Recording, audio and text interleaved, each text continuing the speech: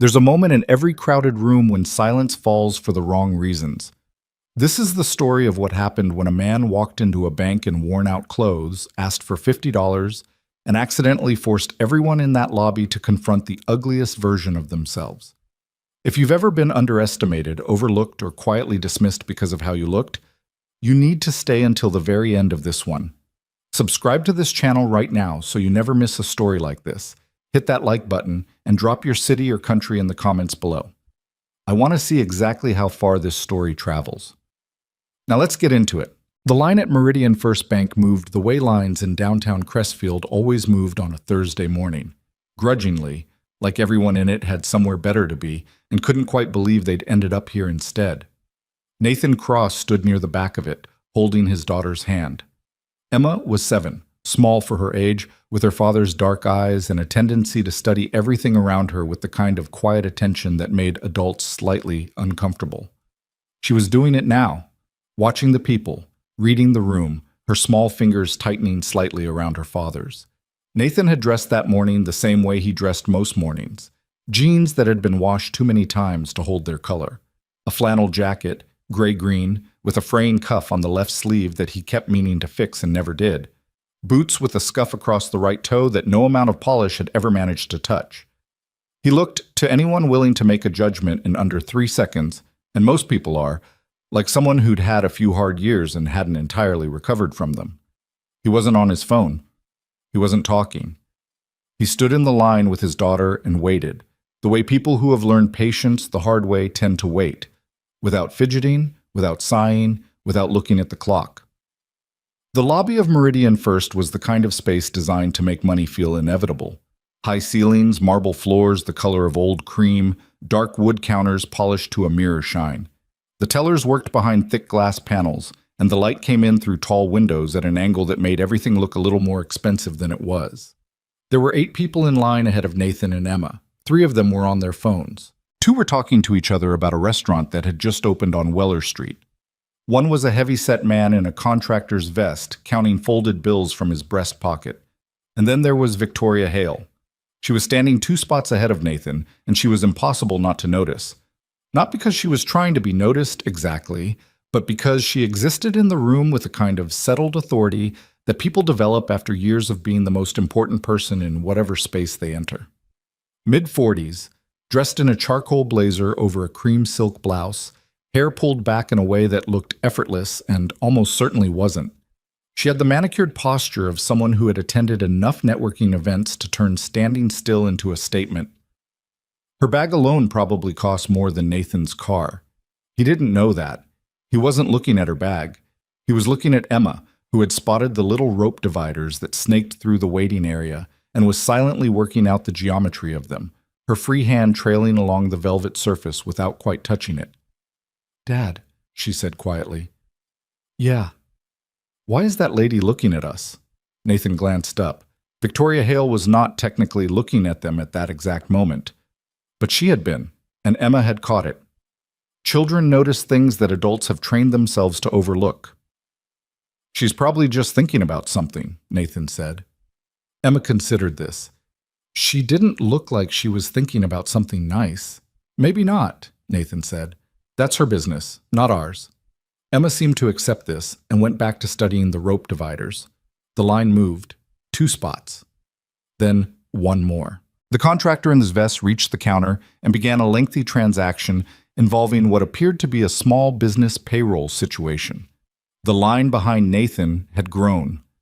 A man in a courier jacket, a young woman with a stroller, a pair of older women who seemed to be there together and were conducting a separate parallel conversation about someone named Dorothea and whether Dorothea had any right to be upset about what she was apparently very upset about. Victoria moved to the next available teller. Nathan waited. When the contractor finished and moved away, the teller, a young woman with a name tag that read Priya, looked up and gestured to the next person. That was Victoria. She stepped forward, placed her bag on the counter ledge with a practiced efficiency, and Nathan caught fragments of her transaction. Business account. Wire transfer. She spoke in the clipped shorthand of someone accustomed to being understood without having to explain herself. Another teller opened up. Nathan moved Emma gently forward. "Hi there," the teller said. She was young, maybe 23, with a slight gap between her front teeth and a name tag that read Cassie. She had the slightly stretched smile of someone who had been dealing with the public for a full shift already and was maintaining professionalism through sheer effort of will. "Morning," Nathan said. He reached into his jacket pocket and produced a worn leather wallet. He extracted a bank card, plain, no design on it, the kind of card a bank gives you automatically, and slid it across the counter. "I'd like to make a withdrawal, cash." "Sure thing," Cassie said, taking the card. "How much today?" $50, Nathan said. There was a pause. It was slight, barely a second, but it was there. Cassie caught herself and nodded and began typing at her terminal. Nathan looked down at Emma, who had moved slightly closer to the counter and was trying to see over the edge of it with limited success. "You can't see much up there," he told her. "I can see the top of the computer," she said. "Thrilling." "It has a sticker on it," Emma said. "A little frog." Good eye. Behind them, or somewhere to the side, Nathan wasn't entirely sure, he heard something. Not a full sentence. Just a sound. The specific social sound of a person who has decided to make their amusement available to whoever happens to be nearby. A small, compressed laugh with edges on it. He didn't turn around. Emma did. Children always turn around. She looked back at the woman who had made the sound, a woman with close-cut silver jewelry and the kind of blowout that required a professional, and then she looked at Nathan. "What's funny?" she said. Not loudly, just a question. "Nothing," Nathan said. "That lady laughed at something." "She laughed at an idea she had," Nathan said. "People do that sometimes." Emma frowned. "That's weird." "Little bit," Nathan agreed. Victoria Hale, who had completed her transaction and was now at the adjacent counter signing something, was not the one who had laughed. But she had heard it, and she'd done nothing to counteract it, which is its own kind of participation. She had, in fact, already sized Nathan up when he'd entered the line, cataloged him in the way she cataloged most things quickly, and moved on. Worn clothes, cheap jacket, a kid in tow. A man who probably had direct deposit of something modest and had come in to get cash for the week because online transfers confused him, or he liked the tangibility of bills. That was the story she'd constructed in the time it took the line to move 2 spots. She wasn't even conscious of having done it. That is how it works, most of the time. Judgment as background process, silent and automatic. What happened next was not automatic. What happened next required Nathan Cross to do exactly what he always did in situations like this, which was nothing particularly dramatic, just the thing that came naturally to him, which was to stay in his own lane and let people be what they were. Cassie finished typing. Her expression, which had been professional neutral since Nathan approached, shifted, subtly, barely perceptibly, but Nathan had been watching people long enough to notice. Her eyes went from the screen to his face and then back to the screen, and something recalibrated in her posture. She straightened slightly. The stretched smile became something more considered. "Mr. Cross," she said, and the Mr. was slightly different than the casual tone she'd been using. Not obsequious, just different. Did you want me to pull that from your checking account?" "That's fine," Nathan said. Cassie hesitated. "Because you also have... I want to make sure I have the right account flagged." She lowered her voice, not quite to a whisper, but close enough. "You have several on file with us. You're checking, and then there are 3 others. I just want to pull it from the right place." "Checking's fine," Nathan said. "It's just $50. "Of course," Cassie said. "Absolutely." She processed the transaction with an efficiency that had somehow become slightly more careful than before, as though she was now paying a different quality of attention to everything she touched. She counted out the bills, 2 20s and a 10, and placed them on the counter, and she did it the way tellers are trained to do, but with the extra degree of deliberateness that people reserve for transactions they want to get exactly right. Nathan took the bills, folded them once, and tucked them in his wallet. "Thank you," he said. "Any time, Mr. Cross," Cassie said.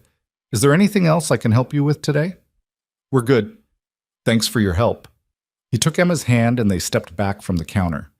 That should have been the end of it. That is how it would have ended on most days, in most banks, in most lives. A man takes out $50. A man leaves. The story doesn't go anywhere because the story isn't visible to anyone watching, except that Cassie, as she moved to close the transaction on her terminal, had flagged something, a standard protocol at Meridian First for accounts of a certain category, and the flag had reached the small office behind the main floor where a man named Douglas Pratt, the branch manager, had been reviewing quarterly reports and drinking a coffee that had gone slightly cold 20 minutes ago. Douglas Pratt was 49 years old and had managed this branch for 11 years. He was the kind of banker who had survived long enough to develop good instincts about what mattered and what didn't. He stood up from his desk, straightened his jacket, and walked out onto the floor with the purposeful unhurriedness of someone who had learned not to rush in professional settings. He crossed the lobby. Nathan and Emma were almost at the door. "Mr. Cross," Douglas said. Nathan turned. Emma turned with him.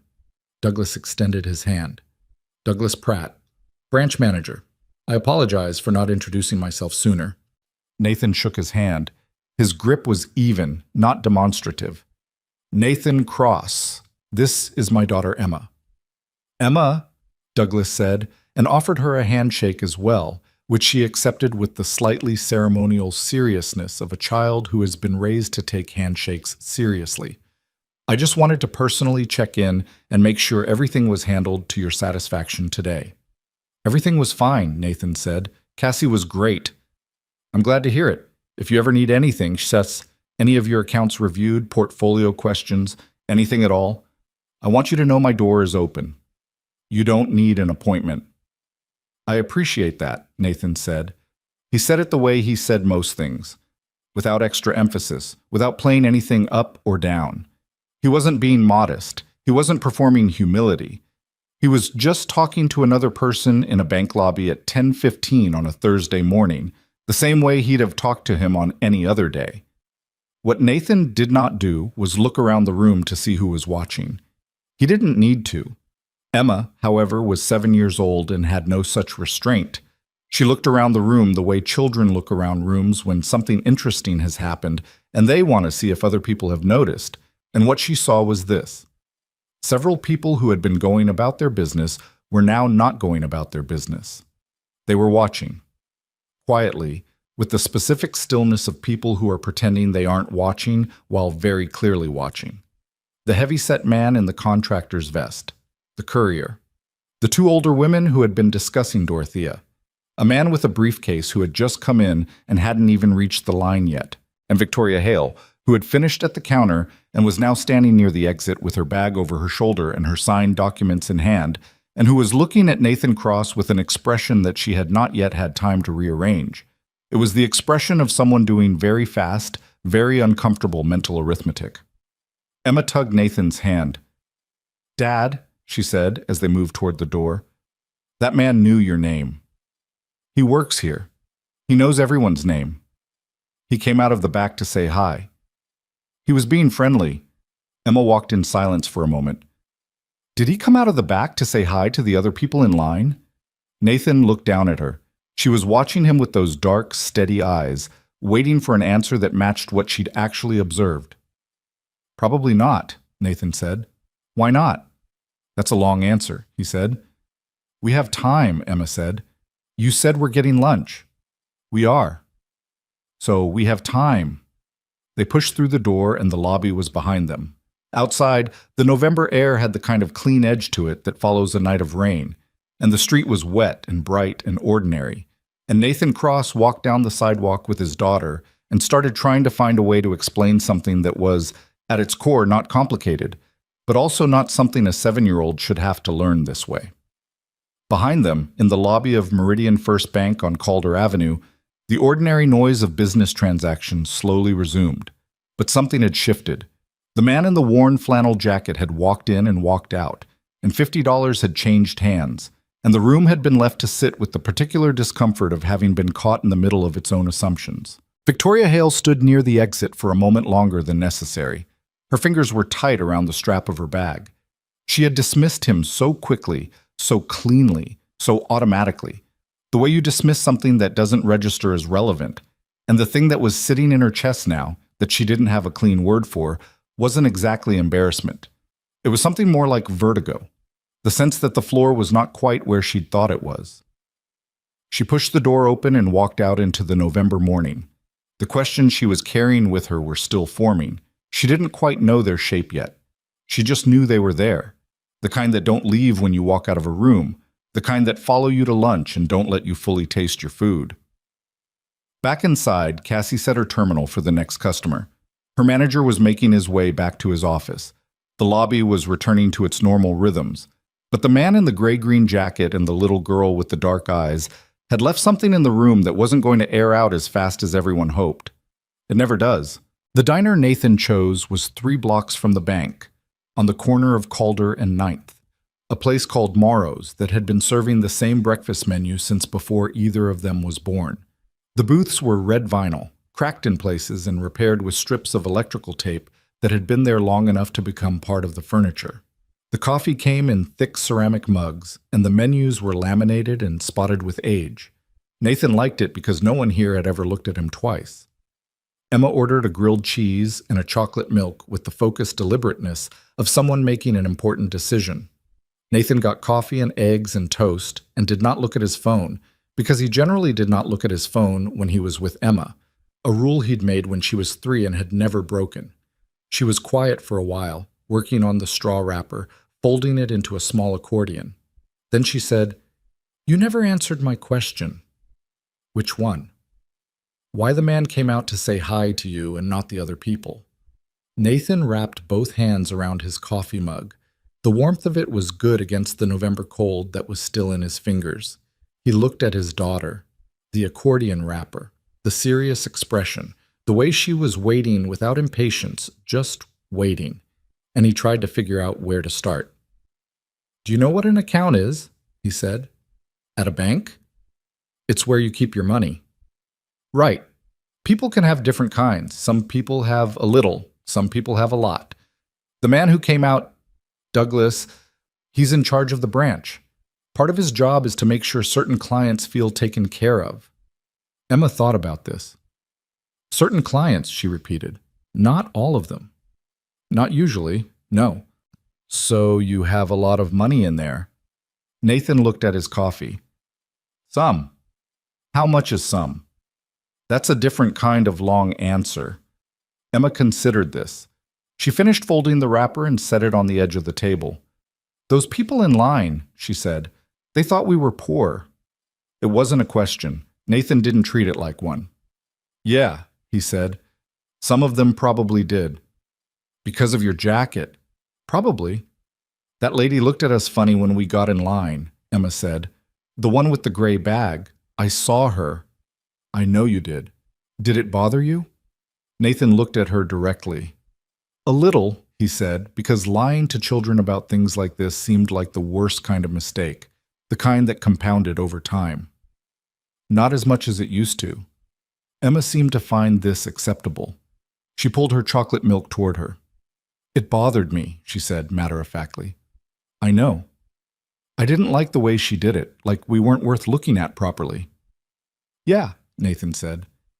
"That's the part that bothers people most. Not the judgment, the dismissal." Emma didn't say anything to that, but she was filing it away. He could tell. She filed things away the way her mother used to, quietly and permanently, and they came back out weeks later in conversations that caught him off guard. The food came. They ate.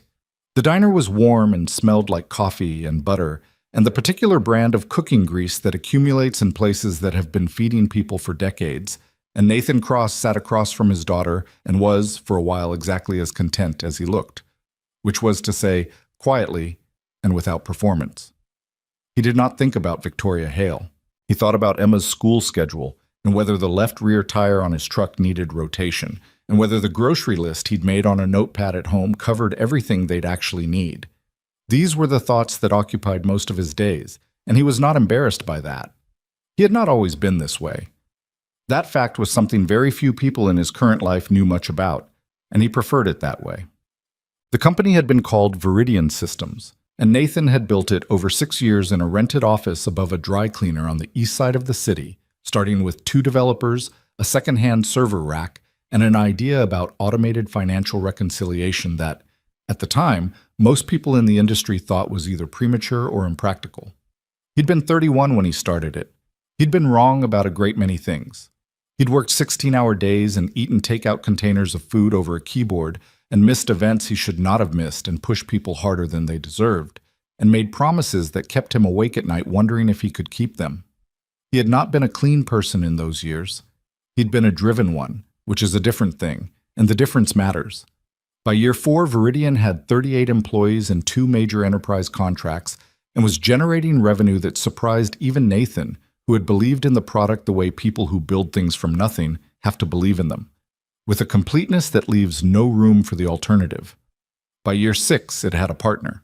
His name was Derek Calloway, and Nathan had met him at an industry conference in the second year when Viridian was still small enough that getting a table at the conference dinner felt like an achievement. Derek was everything Nathan was not, which was why Nathan had trusted him. Where Nathan was internally focused, product, engineering, execution, Derek was relational. He could work a room with a natural ease that Nathan admired, genuinely, without resentment. He knew which conversations to have with which people and when to have them. He understood the strategic landscape of the industry the way a good chess player understands the board 3 moves ahead. They'd formalized the partnership in year 3. Equal shares. Nathan kept operations and product. Derek took business development and investor relations. It worked for a while. The thing about betrayal, and Nathan had had years to think about this more than he wanted, is that it rarely announces itself. It tends to arrive dressed as something reasonable, a difference of opinion about direction, a series of decisions made without full consultation, a pattern of small exclusions that each seem justifiable in isolation, but which, assembled together, form a picture you didn't realize was being painted until the moment someone turns the canvas around. Nathan had turned the canvas around on a Tuesday in November, 5 years ago. He'd come in early, earlier than usual before the office filled up, because he'd had a nagging unease about something in the latest investor communications and wanted to look at the files before the day started. What he found, across the course of 3 hours in his own office, with the door closed and his coffee going cold, was that Derek Calloway had been cultivating a separate acquisition offer with a private equity group for 11 months. The offer was structured in a way that would result in Derek walking away with a controlling stake in the successor entity. Nathan's shares, under the terms Derek had negotiated without his knowledge, would be diluted to something largely ceremonial. He sat with it for a long time. He was not a man who threw things or raised his voice in ways he couldn't control. He had been, when he was younger, and he'd put a lot of work into not being that man anymore. And on that Tuesday morning, it cost him something to stay in his chair and just breathe and not act until he'd fully understood what he was looking at. What he was looking at was the end of something he'd built. He could fight it. He had lawyers, he had documentation. He had, in fact, enough documentation that he could have made the acquisition significantly complicated for everyone involved. But Viridian, by that point, had employees with families and mortgages and stock options that depended on stable ownership, and Nathan understood that a prolonged legal battle over control would torch the company from the inside out, regardless of who won. So he negotiated. He negotiated quietly and firmly and without public drama, and he walked away from Viridian Systems with a settlement that was, by any objective measure, substantial, less than what he'd built it to be worth, less than what he deserved, but enough. More than enough. He converted it methodically, over the following 18 months, into a diversified investment portfolio managed through a private holding company that he'd incorporated under the name Cartwell Holdings, which meant nothing in particular, and that was the point. He'd bought a house in the kind of neighborhood where nobody asked what you did for a living because they were too busy trying to keep their own lives organized. He'd driven the same truck for 4 years. He'd stopped wearing the kind of clothes that invited certain kinds of conversations. He did not do this because he was ashamed of what he had. He did it because he had learned in the year after Viridian something clarifying and permanent, that the version of himself who had needed people to know what he was building, who had measured himself against the room, who had cared about the industry's opinion of him with an urgency that now seemed almost comic, that version had been wrong about what mattered. What mattered was Emma. She had been 2 when all of it happened. She would never know Viridian systems. She would never know the version of her father who had checked market position before he checked in with the people around him. What she would know was this: Thursday mornings at Morrow's Diner, her father's hands around a coffee mug, a man who looked at her when she was talking. The rest of it was just numbers. Victoria Hale's office was on the 14th floor of the Caldwell Tower on Morrison Street, and it had a view of the city that she had worked for 17 years to earn. She was aware of this fact in the way people are aware of things they've stopped fully seeing. The view was there. She knew it was there. But most mornings she sat down at her desk and opened her email, and the window might as well have been a wall. This Thursday morning, she sat down and opened her email and then found herself staring at the window. The lobby of Meridian First was replaying in her head in a way she didn't particularly welcome. She was not someone who spent a great deal of time in retroactive self-examination. She found it inefficient, for the most part. What was done was done. You made decisions, some of them were wrong, you corrected course and moved forward. That had been her operational philosophy for long enough that it felt like bedrock. But this was different, and she was honest enough with herself to acknowledge that it was. She hadn't said anything directly to the man. She hadn't confronted him or humiliated him or done anything that someone could point to as a specific act. What she had done was construct a complete and comfortable dismissal of another human being in the time it took to glance at his jacket and his shoes. And then she had stood there and heard someone near her laugh at him and not said a word. Not even shifted her body language in a way that suggested the laughter was unwelcome. And then Douglas Pratt had walked out of his office. Victoria had been a client of Meridian First for 6 years. She had a significant business account there and a personal account, and she had met with Douglas Pratt on 2 occasions to discuss terms on a line of credit. She knew what it meant when a branch manager came out onto the floor personally. She knew exactly what category of client it signified. She reached for her keyboard, then didn't type anything. Her assistant, Marcus, knocked twice and put his head in the door. "Your 9:30 is here. Give me 5 minutes." Marcus, who had worked for Victoria for 3 years and had learned which requests required follow-up and which didn't, simply nodded and closed the door. She pulled up the Meridian First client portal on her secure terminal. She had business access for account management purposes, and ran a search that she wasn't entirely sure was appropriate and did it anyway, because Victoria Hale had not gotten to the 14th floor of Caldwell Tower by letting discomfort stop her from finding out things she needed to know. The search returned very little. That was, she was learning, the point. Cartwell Holdings. 2 business addresses, both registered to a legal firm. No public-facing web presence to speak of. The kind of structure you built when you specifically did not want people to know what was inside it. She sat back. "Huh," she said aloud, to no one. There was a world in which she let this go. Closed the portal, went to her 9:30, moved through her day, filed the morning under minor social awkwardness, and corrected course. That was the efficient version. But the question that kept reassembling itself in her head wasn't really about the money. It wasn't the shock of the branch manager or the accounts or whatever lived inside Cartwell Holdings. Those things were interesting, but they weren't the thing. The thing was the man's face. She was trying to reconstruct it now and finding that she'd barely looked at it. She'd looked at the jacket and the boots and the worn wallet and built everything from those details. And the face itself, the actual person, she'd essentially skipped. He'd been background. He'd been set dressing in the lobby of her bank on a Thursday morning. And he'd stood in that line with a 7-year-old girl who had looked back at Victoria with the direct, unimpressed gaze of a child who had not yet learned the adult habit of politely pretending not to notice. Victoria put her hands flat on the desk. She picked up her phone. Put it down. Picked it up again and scrolled to the number of her account manager at Meridian First. Not Douglas Pratt directly, but his assistant, a woman named Renata who had worked there for a long time and knew things that weren't necessarily in any file. She dialed. "Meridian First, Douglas Pratt's office." "Renata, this is Victoria Hale. I had a quick question. I'm not looking to bother Douglas. I just wanted to ask something informally." "Of course, Ms. Hale. What can I help you with?" "This is going to sound like a strange question," Victoria said, and paused, and then asked it anyway. The man who was in the lobby this morning, Nathan Cross. How long has he been a client? A brief pause on the other end.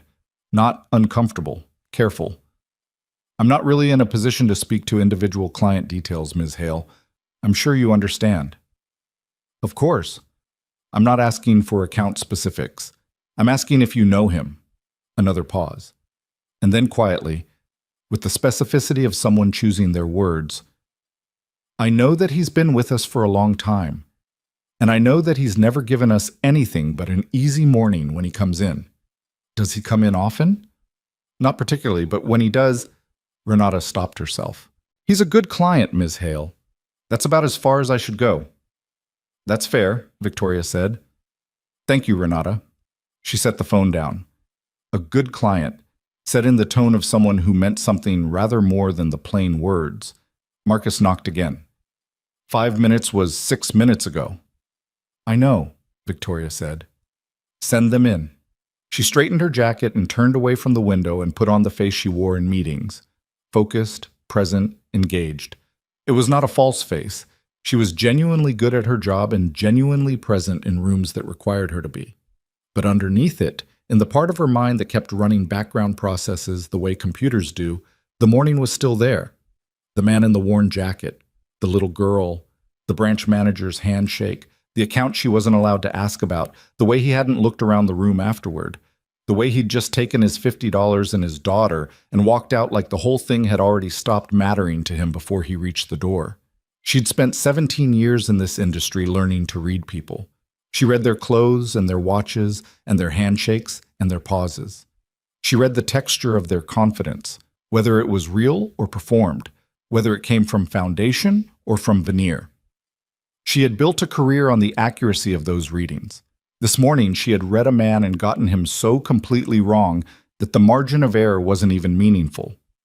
What bothered her most, sitting with the 9:30 meeting, shaking hands, saying the right things, performing the part of herself she'd long ago made automatic, was not that she'd been wrong.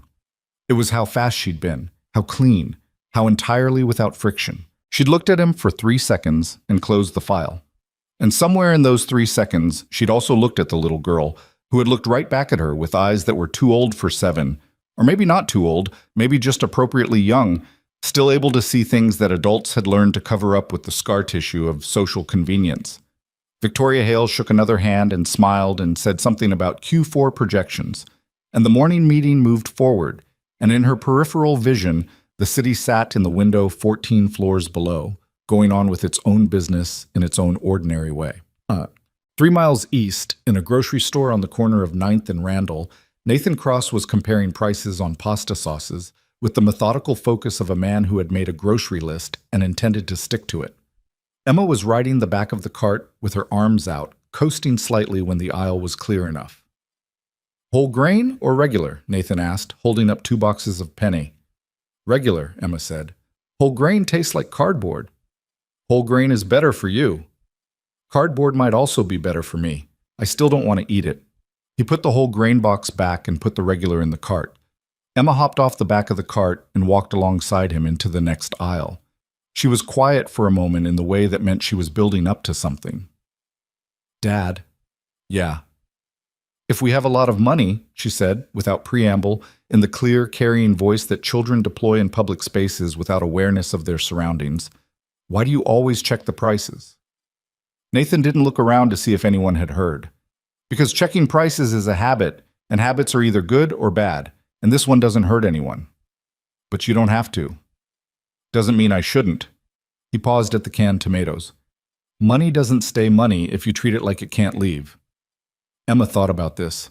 Is that why we don't have a big house? We have a house that fits us. Tyler's house has a pool. Tyler's parents also work 100 hours a week between them, Nathan said, and then felt immediately like that was the wrong thing to say and softened it. Which is fine.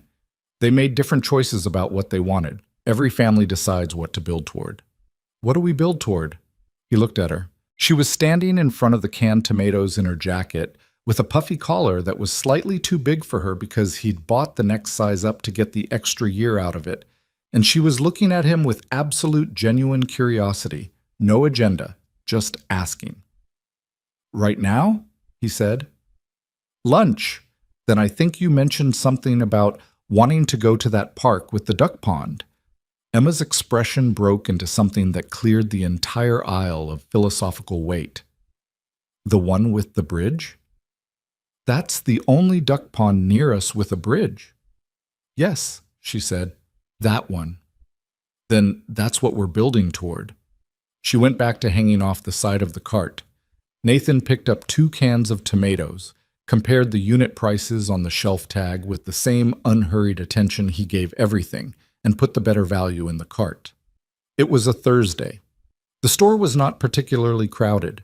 Nobody knew who he was, or what his accounts held, or what he'd built, or what had been taken from him, or what he'd chosen to walk away from, and that was, as far as Nathan Cross was concerned, exactly how a Thursday was supposed to go.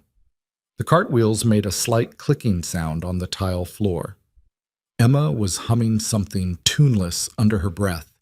The fluorescent lights were a little too bright, the way grocery store lights always are, and somewhere in the next aisle, a woman was on her phone trying to remember whether she needed 1 can of chicken broth or 2. Nathan Cross pushed the cart forward and made a turn and did not think about the bank at all. The duck pond at Garfield Park had a wooden footbridge that arched over the narrowest point of the water, and Emma had decided sometime in the past year that this bridge was the best place in the city to stand and think. Nathan wasn't entirely sure what a 7-year-old had to think about that required a specific geographic location, but he respected the designation. He stood at the railing beside her and watched the ducks, which were unimpressed by both of them. The November air had warmed slightly since the morning. Not warm exactly, but the kind of tolerable cold that makes being outside feel like a decision rather than an endurance. Emma had found a small clutch of pebbles near the bank and was releasing them one at a time into the water below with the methodical satisfaction of someone conducting an experiment. If you throw them all at once, Nathan said, you'd probably get a bigger splash. I know, Emma said. I like the individual ones better. Why? She considered this seriously, which was how she considered most things. Because if you do them all at once, you only get 1 thing to watch. If you do them one at a time, you get 7 things. Nathan leaned on the railing. That's a pretty good reason. She released another pebble. The rings spread out and crossed each other and flattened slowly to nothing. One of the ducks moved 2 feet to the left and then seemed to forget why. Dad, Emma said. Yeah. That lady at the bank. He waited. She looked sorry. At the end, when we were leaving and that man came to talk to you. Emma turned her last pebble over in her fingers. She had a face like when I spilled the juice on the library book, like she knew she'd done something but hadn't figured out what to say yet. Nathan was quiet for a moment. You noticed a lot this morning. I notice things, Emma said, without pride, just as statement of record. You always say I do. I do say that. Was she sorry? I think she was starting to be, Nathan said. Whether that goes anywhere, that's up to her. Emma dropped the last pebble. They both watched the rings. Would you forgive her if she apologized? There's not much to forgive, Nathan said. She didn't do anything to me. She had a thought about me that was wrong. That happens. She laughed. She didn't laugh directly. Someone near her laughed and she let it stand. That's different. Emma considered the distinction. Is it better or worse? Nathan thought about it honestly. Different, he said. Letting something stand when you could push back. That's a choice too. But it's a quieter one.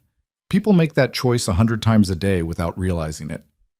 Emma leaned on the railing beside him, mimicking his posture without meaning to, a habit she'd developed. He'd noticed it some months ago, and it had done something to his chest that he didn't have a clean word for. Do you ever make it? She asked. The quiet choice. Letting something stand. Sure. When? He looked out at the water. A second duck had drifted toward the bridge and was regarding them with the flat, appraising look of an animal that has concluded humans are mostly irrelevant unless food is involved. This morning, he said, when that person laughed, I could have turned around, said something, made it a thing. Why didn't you? Because it wasn't worth the shape it would have taken, Nathan said. You were there. And the point I would have made, well, whatever it was, wouldn't have landed the way it needed to. Some things land better when you just let the room figure it out. Emma looked at the duck. The duck looked back. And did the room figure it out? Nathan almost smiled. It was working on it when we left. And Victoria Hale worked through lunch. This was not unusual. What was unusual was that she worked through lunch while not actually accomplishing anything meaningful, which almost never happened to her. She was staring at a fund allocation proposal that she'd reviewed 100 times in her career in various forms, and the words were resolving fine, but the meaning was dissolving somewhere between her eyes and her brain, because the part of her that was supposed to be focused on fund allocations was still standing in the lobby of Meridian First, watching a branch manager walk across a marble floor to shake a hand. She pushed the proposal aside. Her firm, Hale Capital Partners, which she had founded 9 years ago with 2 analysts, a borrowed conference room, and a client list she'd cultivated personally over years in the industry, managed roughly $800 million in assets across several investment strategies. She had built it the same way Nathan had built Viridian, from nothing, by force of belief and grinding and the specific refusal to accept that the size of a thing at its start had anything to do with the size it could become. She understood that kind of building viscerally. It was in the architecture of how she thought. What she had not understood until this morning was that she had also built something else alongside it, something less intentional, a set of reflexes so automatic she hadn't recognized them as choices. The way she moved through spaces, the way she read rooms, the hierarchy her eyes created before her mind even engaged. She had developed this over 17 years as a survival skill, and somewhere along the way it had become something she no longer questioned. She called Marcus in. "The Cartwell Holdings account," she said. "We have a position listed under that name in the early stage portfolio from 7 years ago. I want the full file." Marcus didn't blink. He was good at not blinking when Victoria made requests that had no immediately apparent explanation. "I'll pull it. And I want it from the original documentation, not the summary sheet, the actual subscription documents." "Give me 20 minutes. He was back in 15. The file was thin. Private investments into early-stage funds tended to come in clean and stay clean, and this one was no exception. The subscription had been made through a legal intermediary, standard for private holding structures. The amount was not, by the current scale of Hale Capital Partners, transformative. But 7 years ago, when she had been raising her first dedicated fund, and calling in every favor she had, and making pitches in rooms where she wasn't entirely sure the people across the table believed she could do it, 7 years ago, this check had been one of 17 that had made the fund viable.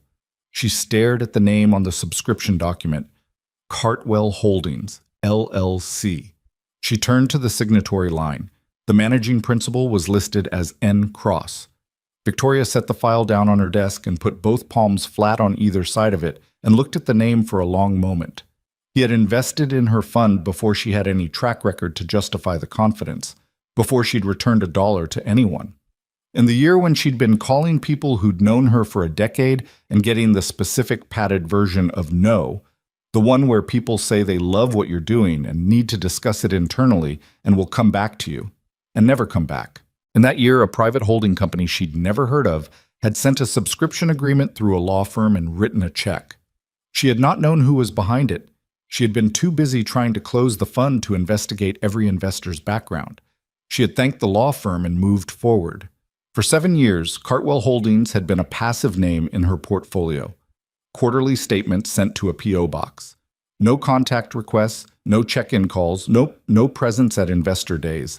Just quiet faith in a fund that, as it turned out, had done very well. Victoria sat back in her chair and let out a breath that she hadn't fully realized she'd been holding. The man in the worn jacket had believed in her work before almost anyone else had. She did not know why.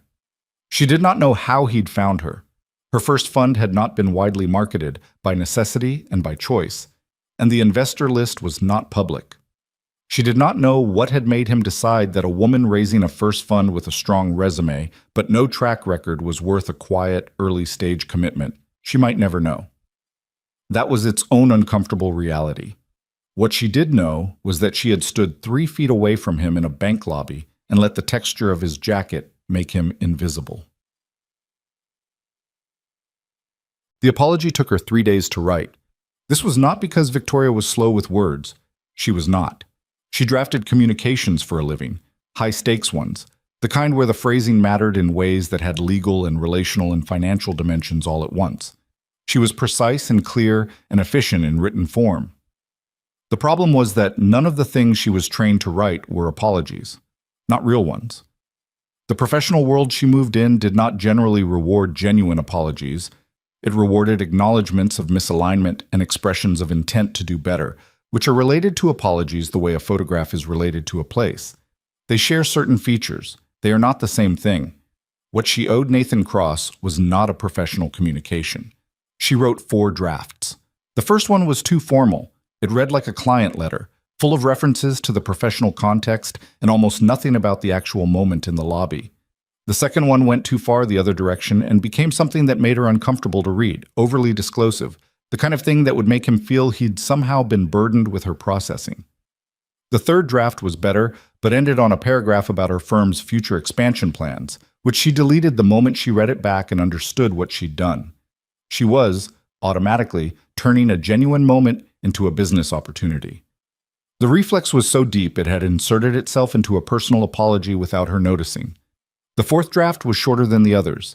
She did not mention Cartwell Holdings, she did not mention the fund or the investment or anything that would make it seem like the apology was connected to his financial significance to her firm. She wasn't sure she fully succeeded. It was hard to write to him without being aware of everything she now knew. But she tried. She wrote about the lobby. She wrote about what she'd done specifically, without rationalizing it or embedding it in a broader social commentary about how everyone makes quick judgments. She did not make it about everyone. She made it about herself, which was harder. She wrote that his daughter had looked back at her and that the look had stayed. She had not planned to write that. It came out in the fourth draft and she almost deleted it, and then she left it in because it was the truest thing in the letter, and deleting it felt like going back to draft 1. She sent it through his law firm because that was the only contact channel she had. She sent it on a Monday morning before her first meeting, and then she went to her 9 o'clock and did not think about it for the rest of the day, or tried not to. The letter arrived at Nathan's house on a Wednesday, forwarded from the law firm's address in a plain envelope with a typed return label. Nathan's lawyer, a methodical man named Gerald Chu, who had handled Cartwell Holdings' legal affairs since its founding, had called ahead. "You've got a piece of personal correspondence forwarded through us," Gerald said, in the slightly puzzled tone of someone who found deviations from normal procedure mildly interesting. "From Victoria Hale. Hale Capital Partners. She's a fund manager. We actually have you in her early stage fund, if you recall." "I recall," Nathan said. "Want me to open it first in case it's—" "No," Nathan said. "Just send it along." It came on a Wednesday afternoon while Emma was at school. Nathan was at the kitchen table working through a set of quarterly reports that Cartwell Holdings' accountant had prepared, which was the kind of work he did in the hours when Emma wasn't home. Not because it was secret, but because it was boring, and he didn't see any reason to model boring things for a 7-year-old as though they were important. He opened the envelope. He read the letter twice. It was, by the standards of professional correspondence, unusual. It did not ask for anything. It did not frame itself as a preliminary to a conversation or a meeting or a proposal. It was 4 paragraphs, handwritten on what he could tell was paper she'd printed a line template on, which told him she'd drafted it on a computer and then written the final version by hand, which was either a significant effort or a significant affectation, and he wasn't sure which. By the 3rd paragraph, he was fairly sure it was the former. She had written about the lobby specifically, not about judgment as a concept, not about quick reads and their flaws as a general phenomenon. About herself, in that lobby, at that moment, about what she'd done and hadn't done and what she understood about it now, and she had written about Emma. Nathan set the letter down on the table. He sat with it for a while. The quarterly reports were still open on the table beside it, full of numbers that added up to a stability he'd built methodically and deliberately, and had never been entirely at peace with, because the thing about building stability is that the thing you were stabilizing yourself against doesn't go away just because the numbers are good. Derek Calloway had not gone away. The 6 years of Viridian had not gone away. The version of himself that had needed to win in ways he'd since learned to let go of. That version was still somewhere inside him, quieter now, but not gone. He was not a man who had achieved peace. He was a man who had gotten better at choosing what to spend the limited supply of it on. He read the letter a third time. She had gotten something in it right that surprised him. She had written, in the second paragraph, in a sentence she had probably rewritten several times based on how clean it came out, that she hadn't laughed at him, that she'd let someone else's laugh stand unchallenged, and that the distinction, which she'd told herself was significant, had stopped feeling significant the moment she wrote it down. That was a true thing. It was also a hard thing for someone in her position to write, because people in positions like hers had generally survived by protecting the integrity of their judgment, by not being too publicly wrong, too openly fallible. An admission like this, even in a private letter, cost something. He picked up a pen. He did not draft multiple versions. He wrote what he thought, which was something he'd gotten better at since Viridian, since there was less to protect now, and therefore less reason to be careful in the ways that aren't actually careful, just guarded. He wrote that he appreciated the letter and meant it. He wrote that what had happened in the lobby was not something that had damaged him. He'd spent enough time in rooms where he didn't fit the visual expectations to know how to carry it. He wrote that Emma had made an accurate read on her face, and that Emma was, in his slightly biased view, almost never wrong about faces. He almost left it there. Then he wrote one more paragraph. He wrote it because the letter had earned it, because she'd written about the specific thing rather than the general thing, and he thought the specific thing deserved a specific answer. He wrote, "What you saw in that lobby, and what everyone else in that lobby saw, was a decision I made a long time ago about what I wanted my life to look like, and who I wanted to be in front of my daughter. It wasn't a statement directed at anyone. Most mornings it doesn't intersect with anyone at all. Thursday was an exception. I don't think badly of you for the read you made. It was the read the available information supported. What I'd ask you to notice, if you haven't already, is how fast it happened. Not because you're unusual in that, because none of us are, and that's the part worth sitting with." He sealed the envelope. He wrote the return address for Cartwell Holdings law firm and the destination for Hale Capital Partners, and set it next to his keys to mail on the way to pick up Emma. Then he went back to the quarterly reports. Emma came home from school that afternoon with a drawing she'd made in art class, a bridge over water, rendered in crayon with the slightly wobbly perspective of a child who knows what she wants the picture to look like and is working with the limitations of her current technical range. There were ducks under the bridge. They were green and somewhat oval. "The bridge," Nathan said. "Garfield Park," Emma confirmed, holding it up. "Mrs. Tanner said I could make it bigger next week and add more ducks." "How many ducks are you thinking?" "At least 8, Emma said, with the confidence of someone who had already done the math. "The real pond has more than that, but I ran out of green." He put it on the refrigerator with a magnet, between a school calendar and a reminder about Emma's dental appointment. Emma stood back and examined the placement critically and decided it was acceptable. "Did anything interesting happen today?" she asked him, in the way she'd started asking since she was old enough to understand that her father's days had content even when she wasn't in them. "I got a letter," Nathan said. "From who?" "The woman from the bank, the one you mentioned on the bridge." Emma went still with the particular attentiveness she deployed when something landed in conversation that she hadn't expected. "What did it say?" "She apologized," Nathan said, "and she meant it, as far as I can tell." Emma turned this over. "How can you tell if someone means it?" "She wrote about the specific thing instead of the general thing," Nathan said. "People who don't mean it tend to apologize for the concept. She apologized for the moment." Emma looked at the drawing on the refrigerator. One of the oval ducks was slightly larger than the others, perhaps accidentally, or perhaps because Emma had had a particular duck in mind. "Did you write back?" "I did." "What did you say?" "I said it was okay, and I said something else that I thought she needed to hear." "What?"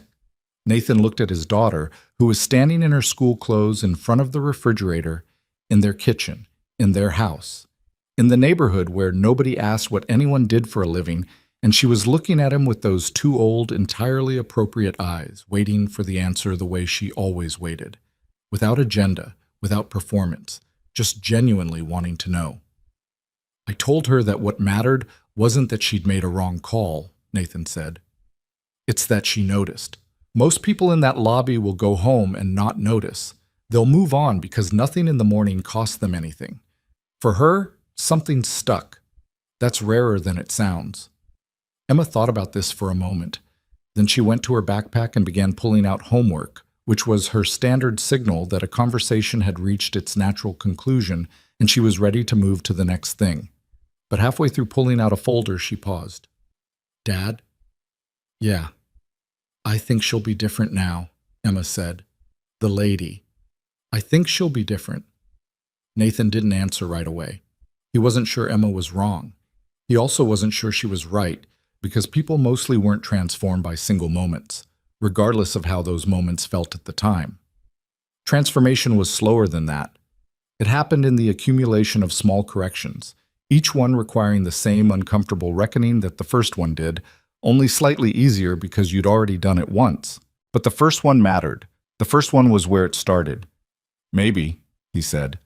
Emma nodded, apparently satisfied with maybe, and spread her homework on the table.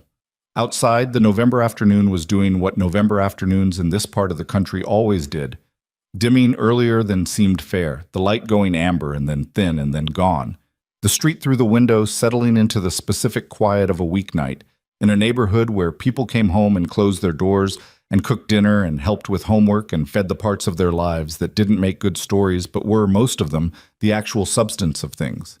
Nathan put a pot of water on the stove and started pulling ingredients for dinner, and the kitchen filled with the ordinary sounds of an ordinary evening, and somewhere across the city, a woman named Victoria Hale was still at her desk in a 14th floor office, and she was reading a letter for the second time, and in the margin beside the last paragraph she had written, in her own handwriting, 3 words that she did not show to Marcus or to anyone else.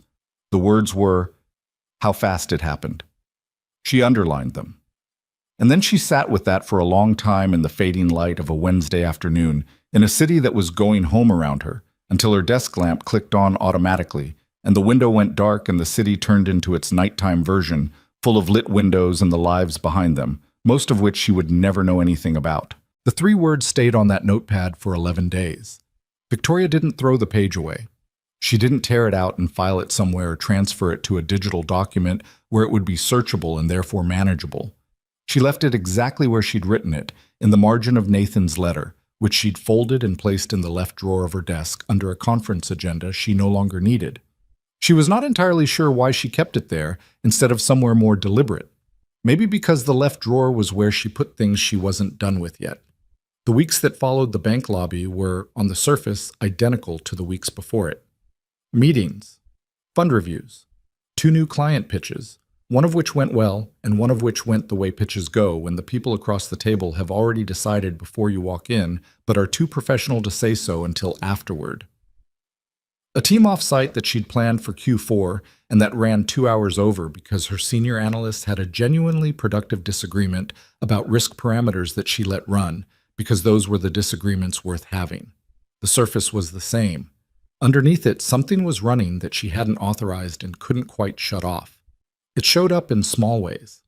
In a Monday morning staff meeting, when her junior analyst Preethi was walking the team through a new prospect profile and the room's attention started drifting toward the numbers before Preethi had finished the contextual section, and Victoria said, more sharply than she'd intended, "Let her finish the background. The numbers don't mean anything without it." Preethi looked slightly startled. The room recalibrated. Victoria moved on. But she felt the thing that had prompted it, and she recognized it. It showed up again in a client call on a Thursday, different bank, different city, when a fund of funds manager named Carver Ostrowski was talking about a prospective submanager he was considering allocating to, and Ostrowski said, almost as an aside, "He's a young guy, came out of nowhere, not much of a pedigree, but the numbers are interesting." And Victoria said, "Define nowhere." And Ostrowski paused and said, "I'm sorry." And Victoria said, "What's his background? Because nowhere usually means somewhere you haven't looked yet." There was a silence on the call that lasted about 2 seconds, which, in a professional conversation, is a reasonably long silence. "I'll get you the full bio," Ostrowski said. "Thank you," Victoria said. "The numbers are more interesting with the context." She hung up, and Marcus was standing in the doorway with the look he got when something unexpected had happened in her calendar, and he was trying to decide whether to mention it. "What?" she said. "Nothing," Marcus said. "You want coffee?" "Yes." He brought it. She drank it and looked at the window and thought about the phrase came out of nowhere and how many times she had used it herself and never stopped to interrogate what she meant. Nowhere. As though the only origins worth tracking were the ones that announced themselves in the right rooms at the right time in the right clothes. She opened the left drawer. She read Nathan's letter again. Not the whole thing, just the last paragraph. The specific thing instead of the general thing. How fast it happened. She closed the drawer. The expansion proposal had been on her desk in various forms for most of the year. Hale Capital Partners was at a stage where the next move was either to grow, bring on 2 or 3 additional senior-level partners, expand the strategy set, go after a larger institutional client base, or to stay the size it was and deepen rather than broaden. Both were defensible. She had been leaning toward growth for the practical reasons that any founder leans toward growth.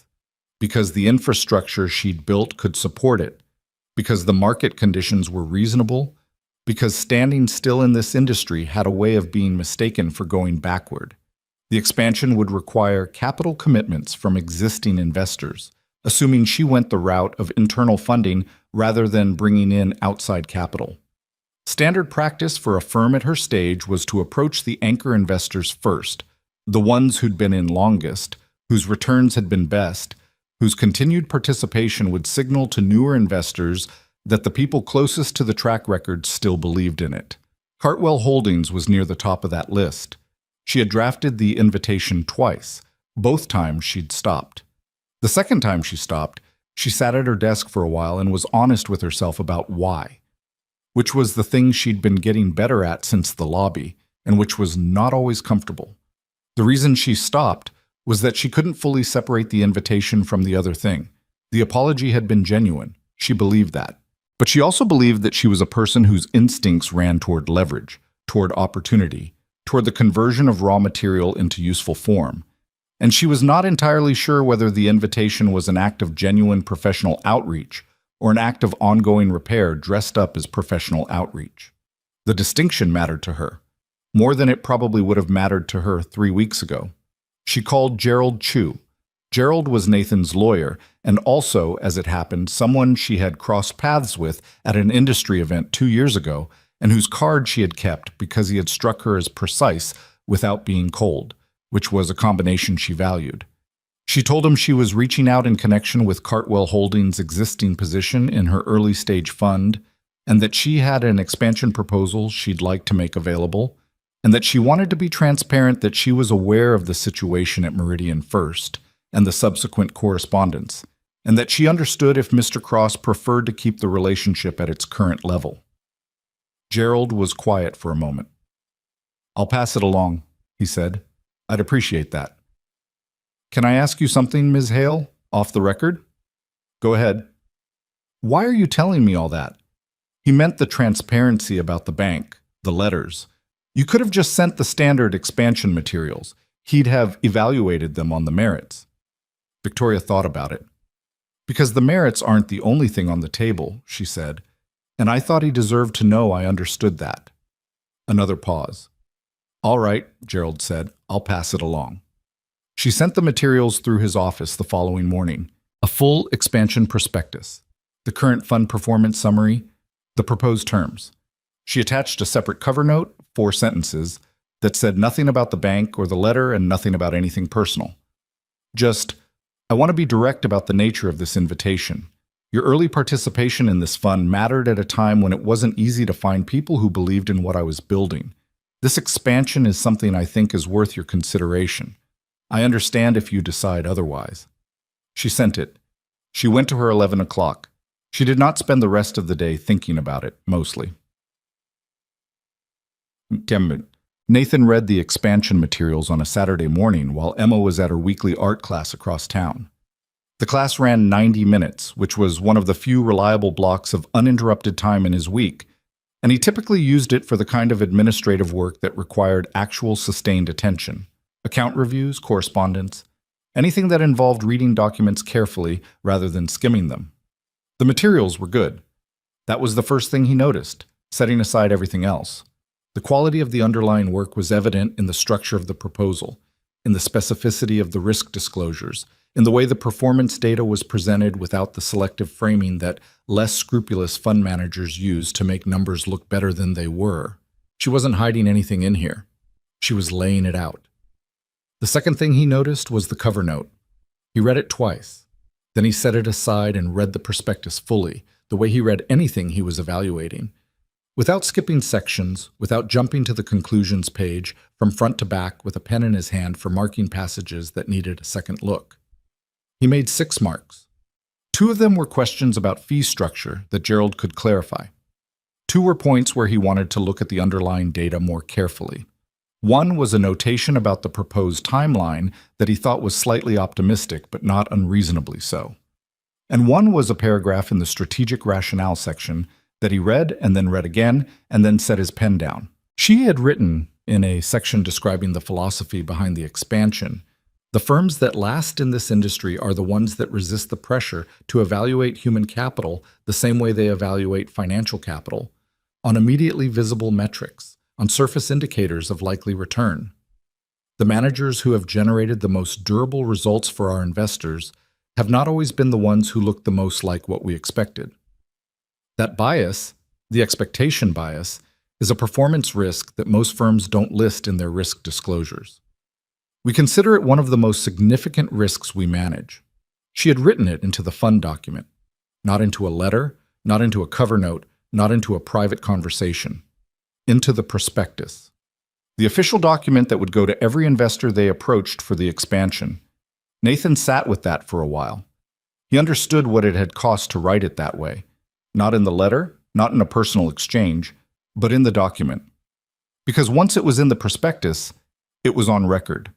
It was part of the fund's stated philosophy, which meant it was part of what they were accountable to. You couldn't put something like that in a prospectus and then run your operation the way you'd run it before, not without it becoming a visible contradiction.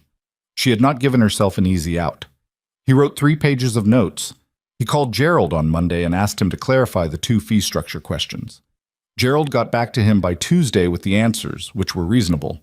Nathan went back through his notes and crossed off the items that had been resolved and sat with the ones that remained. On Wednesday evening, after Emma was in bed, he sat at the kitchen table with the prospectus and the cover note and a cup of coffee that had gone slightly cold while he was reading, and he made a decision that was not complicated once he'd gotten to the bottom of what it actually was. He called Gerald Wednesday night. "Tell her I'm maintaining the existing position," Nathan said, "and I'm passing on the expansion." Gerald was quiet for a moment. "You want me to give her a reason, or just the decision?" "Give her the reason," Nathan said. "Tell her the fund is solid, and I think the expansion has a reasonable probability of success, and the terms are fair. And tell her that the position I'm in is that I don't make decisions about money on the back of personal situations. I got into her fund because the numbers made sense. I'm staying in because the numbers still make sense. I'm not increasing because I'm at my allocation target for this strategy, and expanding beyond that doesn't fit the portfolio structure regardless of the opportunity." "That's all true," Gerald said. "I know it is." "She's going to know there might be more to it." "There might be," Nathan said, "but what I just gave you is also fully and completely true, and it's the part that she can use. The rest of it isn't her business." Gerald made a sound that suggested he found this professionally satisfying in some way. "All right. One more thing," Nathan said. "Tell her the paragraph in the risk section. The one about expectation bias. Tell her I noticed it." "You want me to tell her that specifically?" "Yeah. Any particular reason?" Nathan looked at the kitchen window, which was showing him the dark backyard and his own faint reflection in the glass, which he did not spend a great deal of time examining. "Because she should know it landed," he said. "She put it in the document at a cost to herself, and she didn't call attention to it. Someone should tell her it was seen." Gerald wrote it down. Nathan could hear the scratch of pen on paper. "Is that everything?" "That's everything." He hung up and finished the cold coffee and washed the cup and turned the kitchen light off and went to check on Emma, who was asleep with one arm thrown over the edge of the mattress the way she always slept, like someone making a point about how comfortable she was. He repositioned the blanket. She didn't stir. He stood in the doorway for a moment with the hall light behind him and looked at his daughter in the dark room and thought, not for the first time and not for the last, that the measure of what he'd built and what he'd lost and what he'd chosen since was entirely different depending on where you stood when you looked at it. From the industry's vantage point, he'd had a career that peaked and broke and resolved into something quiet and private that nobody tracked anymore. From Cartwell Holdings' balance sheet, he was a private investor with a disciplined portfolio and a clean record and no particularly interesting story. From Gerald Chu's perspective, he was a client who paid his bills on time and didn't create problems and occasionally said things that made Gerald pause in the middle of writing them down. From this doorway, looking at Emma asleep with her arm over the edge of the mattress, he was something else entirely. Something that didn't have a line item.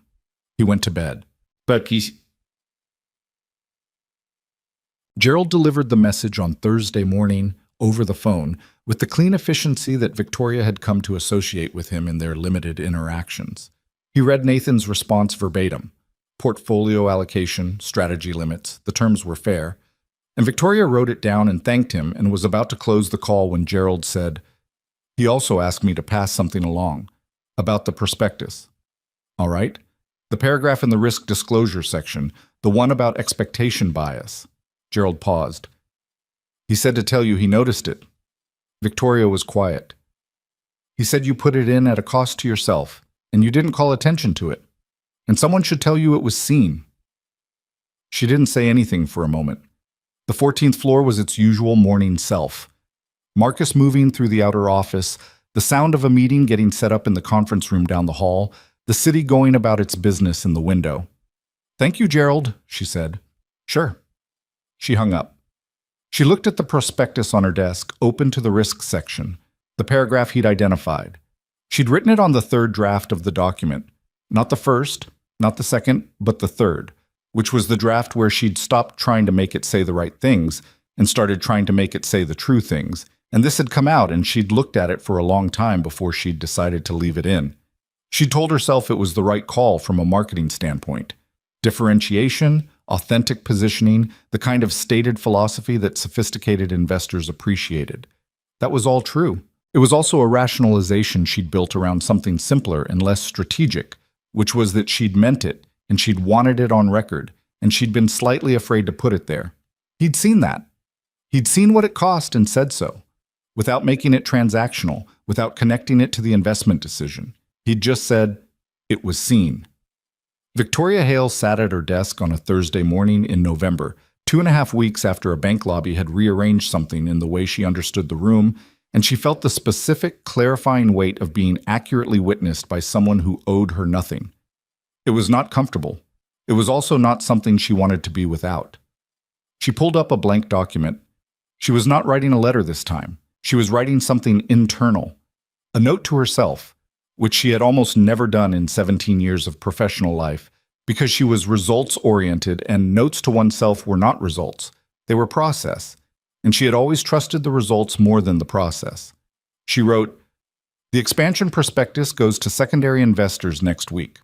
Before it does, review every evaluation memo from the past 2 years, every sub-manager assessment, every team profile, every prospect summary. Read them again with the following question in mind. Where did we close the file early?" She looked at what she'd written. She added, "And find out who wrote the laugh." She had not thought about this for a while, but it came back now with some clarity. The laugh in the lobby had not come from her. She had established this in her own accounting of the morning, and she believed it. But whoever had produced it had been in her vicinity, which put them in some category of her world. Maybe a client, maybe another professional, maybe just someone who happened to be in the same bank that morning. She didn't know, and probably would never know, and was aware that the desire to locate the laugh was not entirely rational. But she wrote it down anyway. She closed the document without saving it, because it was the kind of note that was only useful while you were writing it. And then she stood up and put her jacket on and walked down the hall to the conference room where her team was waiting, and she sat down at the head of the table and said, "Before we start, I want to talk about how we do our first reads on people. Not clients, not the partners we're evaluating, the people in the room.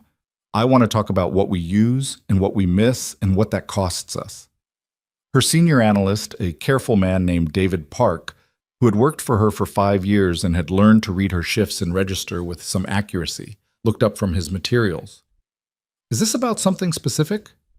Yes, Victoria said, but I'm not going to tell you what, because I want to hear what you think before I tell you what I think.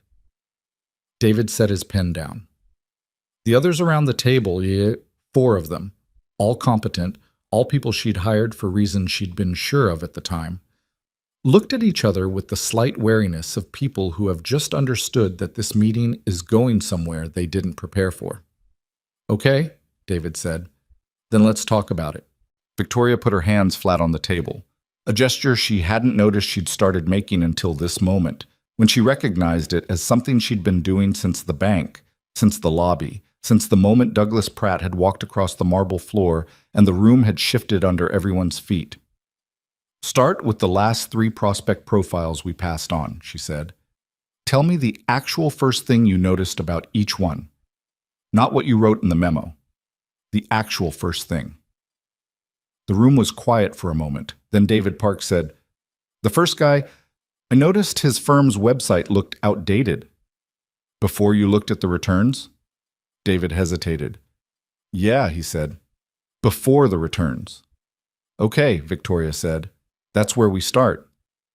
Outside the window, the city moved through its Thursday morning the way cities do, in all directions at once, full of people carrying versions of themselves that didn't always match the versions other people saw, making quick reads and quiet judgments and small choices about what to let stand and what to push back on, the aggregate of which amounted to something larger than any single moment, but which was built, always, one moment at a time.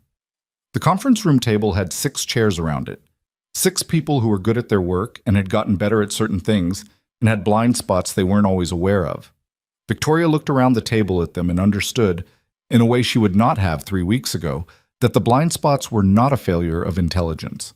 They were a failure of attention, a failure to slow down the process between seeing and deciding and ask what was actually there. It was correctable, not completely, not permanently, not without constant effort and without relapsing and without the ongoing discomfort of catching yourself mid-assumption and having to back up, but correctable. That was, she was realizing, the thing Nathan Cross had understood that she hadn't. Not that the quick read was always wrong, but that the confidence in it was the problem. The certainty. The way it closed the file before the file was complete. David was explaining the outdated website, how it had colored everything he'd read after it, how he'd entered the returns with a skepticism that wasn't in the data but was already in his posture. The others were listening. One of them, a young analyst named Simone, who had been with the firm 8 months and who Victoria had hired in part because she asked better questions in interviews than most people twice her experience level, was writing something in her notebook. "What are you writing?" Victoria asked. Simone looked up. "A question," she said. "Is this about changing how we evaluate or about knowing why we evaluate the way we do?" "Both," Victoria said, "but start with the second one. You can't change something you haven't named." Simone nodded and wrote something else. Victoria looked at the window for a moment. The city. The ordinary Thursday.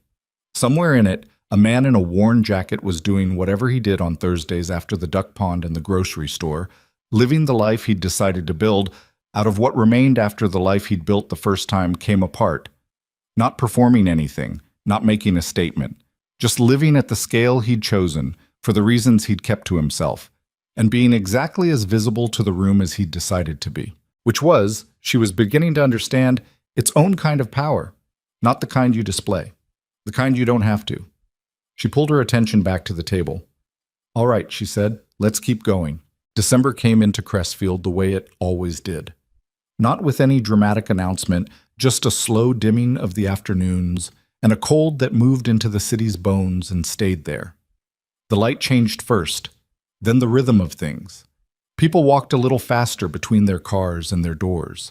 The neighborhood got quieter by 6 o'clock, the ordinary machinery of winter settling in. Nathan switched Emma's jacket to the heavier one and checked the tire pressure on the truck and moved the floor lamp in the living room to the corner, where it threw better light once the afternoons went dark early. Small adjustments, the maintenance of a life. He had gotten very good, in the years since Viridian, at finding the right scale for his attention. Not contracted, not inflated, just proportional to what the day actually required. Emma had a school project, social studies, something about community, involving an interview with someone she admired outside her immediate family. She announced this at dinner with the purposeful calm of someone who had already decided everything and was simply bringing him current. "Mrs. Garland," she said. Their neighbor, 73. 41 years in the same house. She grew tomatoes in the summer and left them in paper bags on people's porches without notes. And her late husband had been a city engineer, and Emma had decided sometime in the past year that Mrs. Garland had a way of talking about things that made the things feel more true than they had before the conversation. "Good choice," Nathan said. "She said yes already," Emma said. "I asked her this afternoon when I got home." Nathan looked up from his plate. "I thought you were going to ask me first." "I did ask you, in my head. You said yes. In your head." "You always say yes to things that are good ideas," Emma said, with the unassailable logic of a child who has correctly identified a pattern. "So I skipped the middle part." He let it go because she wasn't wrong, and arguing with accurate observations had never seemed like a productive use of either of their time. The interview happened on a Saturday afternoon with Emma sitting at Mrs. Garland's kitchen table with a notebook she'd covered in stickers and a list of questions she'd written in her careful, slightly oversized handwriting. Nathan sat in the living room with a cup of tea he hadn't asked for but had been given anyway, and he could hear the low murmur of their voices through the wall. Emma's questions, Mrs. Garland's unhurried answers, the occasional sound of one of them laughing at something. He sat in the particular quiet of someone else's house and drank the tea, which was slightly too sweet because Mrs. Garland had put sugar in it without asking. And he looked at the photographs on the wall. Mr. Garland in various configurations of younger, the house in summer with the garden at its peak, a photograph of what appeared to be a family gathering sometime in the 80s, people whose names he didn't know arranged on a lawn that was probably this lawn before the maple tree in the corner had gotten so large. He thought about what Emma was learning in that kitchen. Not the interview questions, not the school assignment content. The other thing. The thing you learn by sitting across from someone who has been alive long enough to have lost things and built things and lost them again and still makes tomatoes and leaves them on porches without notes. That kind of learning didn't have a worksheet. It happened sideways, in the spaces between the official questions, and it stuck in a different place than the stuff you were actually trying to remember. He had been trying to give her those moments, not systematically, not as a program, just by keeping the life small enough that there was room in it for a Saturday afternoon at a neighbor's kitchen table, by not filling every available space with productivity or achievement or the performance of forward motion, by understanding, and this had taken him longer than it should have, that the moments that shaped her were rarely the ones he planned. Emma came out of the kitchen 45 minutes later with 3 pages of notes and an expression of quiet satisfaction. She was a math teacher, Emma said as they walked home across the 2 lawns. Before she retired. For 31 years. I didn't know that. She said the hardest part wasn't the math. It was getting kids to stop being afraid of being wrong in front of other people. Emma looked at her notebook. She said most people stop trying things because they're scared of what the room will think. Not because the thing is actually hard. Nathan was quiet for a moment. The afternoon had gone gray and still, the kind of stillness that precedes snow, and the street was empty in both directions. Smart woman. She said she used to tell her students that the room is always less interested in your mistake than you think it is, Emma said, because everyone in the room is mostly thinking about themselves. That's true. Is that why you didn't turn around at the bank? Emma said. When that person laughed, because you knew the room was thinking about itself? She asked it without looking at him, reading her notes as they walked, the question dropping into the conversation with the casual precision that he had come to recognize as her specific mode of getting at things she'd been holding for a while. He thought about it honestly. Partly, he said, and partly because turning around would have been for me, not for you, and that morning was about you. Emma looked up from the notebook. How was it about me? Because you were watching how I handled it, Nathan said. Kids always are. You're building a model of how to be in rooms that don't expect you. He paused. I wanted the model to be worth having. Emma walked in silence for a moment. Then she said, I think it was. It was the most direct thing she had said to him about that morning in the weeks since it happened. And it landed the way simple, true things land when someone says them without trying to make them land. Clean, no echo, just there. He didn't say anything. She went back to her notes. They went inside and Nathan started dinner and Emma sat at the kitchen table doing homework. And the ordinary evening assembled itself around them the way ordinary evenings do, without ceremony, without anyone marking it as significant. But it was. Those always are, even when no one says so. The expansion of Hale Capital Partners closed in February, 6 weeks after the secondary investor outreach had gone out. The raise came in slightly under the target, not dramatically under, just shy of the number Victoria had put in the prospectus, which was the way these things went when you were honest about the target, instead of setting it low enough to guarantee the headline. She was not disappointed. She had built the operational plan around a conservative version of the number, and the actual result was inside that range. What surprised her was not the capital. It was the conversations that came with it. 3 of the institutional investors who committed to the expansion had specifically referenced the risk disclosure section in their conversations with her team. Not in a critical way, in a way that indicated they had read it carefully and found it meaningful. One of them, a pension fund manager from the Midwest named Carol Stanhope, who had been in the industry longer than Victoria had been alive and who had the manner of someone who had outlasted several cycles of fashion and how smart money was supposed to behave, had said during the final call before commitment, the expectation bias paragraph, "Did you write that yourself?" "Yes," Victoria said. "I've read a lot of prospectuses," Carol said. "That's not language people usually put in prospectuses." "I know." "Why did you?" Victoria had thought about how to answer this. She had several professional framings available: differentiation, authentic positioning, a genuine belief in the philosophy as performance driver. All of them were true. None of them were the whole answer. "Because I needed to put it somewhere I couldn't take it back," she said. Carol was quiet for a moment. "That's a good reason," she said. "We're in." Victoria had written it down afterward, not in the left drawer, not in a private document, in the team meeting notes from the debrief she ran the following morning. She read it aloud to the room. She said, "This is what happens when you say the true thing instead of the strategic thing. Sometimes they're the same thing. Start trying to make them the same thing more often." David Park wrote it down. Simone wrote it down. The others wrote it down or didn't, and that was their business. But Victoria had said it in a room, and it was in the notes, and the notes were in the shared drive, and that meant it was on record, which was the only kind of accountability she knew how to trust. She had not spoken to Nathan Cross directly. The relationship remained what it had always been: a private holding company in her investor list, quarterly statements to a P.O. box, no contact requests. She did not push for more than that. She understood, with a clarity that had sharpened since November, that what he'd given her was not an ongoing consultancy or a mentorship or any kind of relationship that required tending. He had simply reflected something back at her with enough accuracy that she couldn't ignore it. And then he had returned to his own life, which had nothing to do with her. That was, she had decided, the correct amount. Not every encounter that changes you owes you a continuing relationship with the person who changed you. Sometimes the thing is complete as it stands. Trying to build more on top of it would have been her instinct. Convert, expand, develop.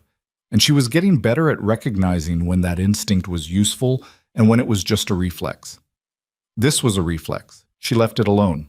What she did not leave alone was the work, the internal evaluation process that she'd started in November, the backward look at their first read habits, the examination of the file-closing instinct, had become a standing agenda item in the weekly team meeting. Not a big item, not a lengthy discussion every week, just a small recurring question.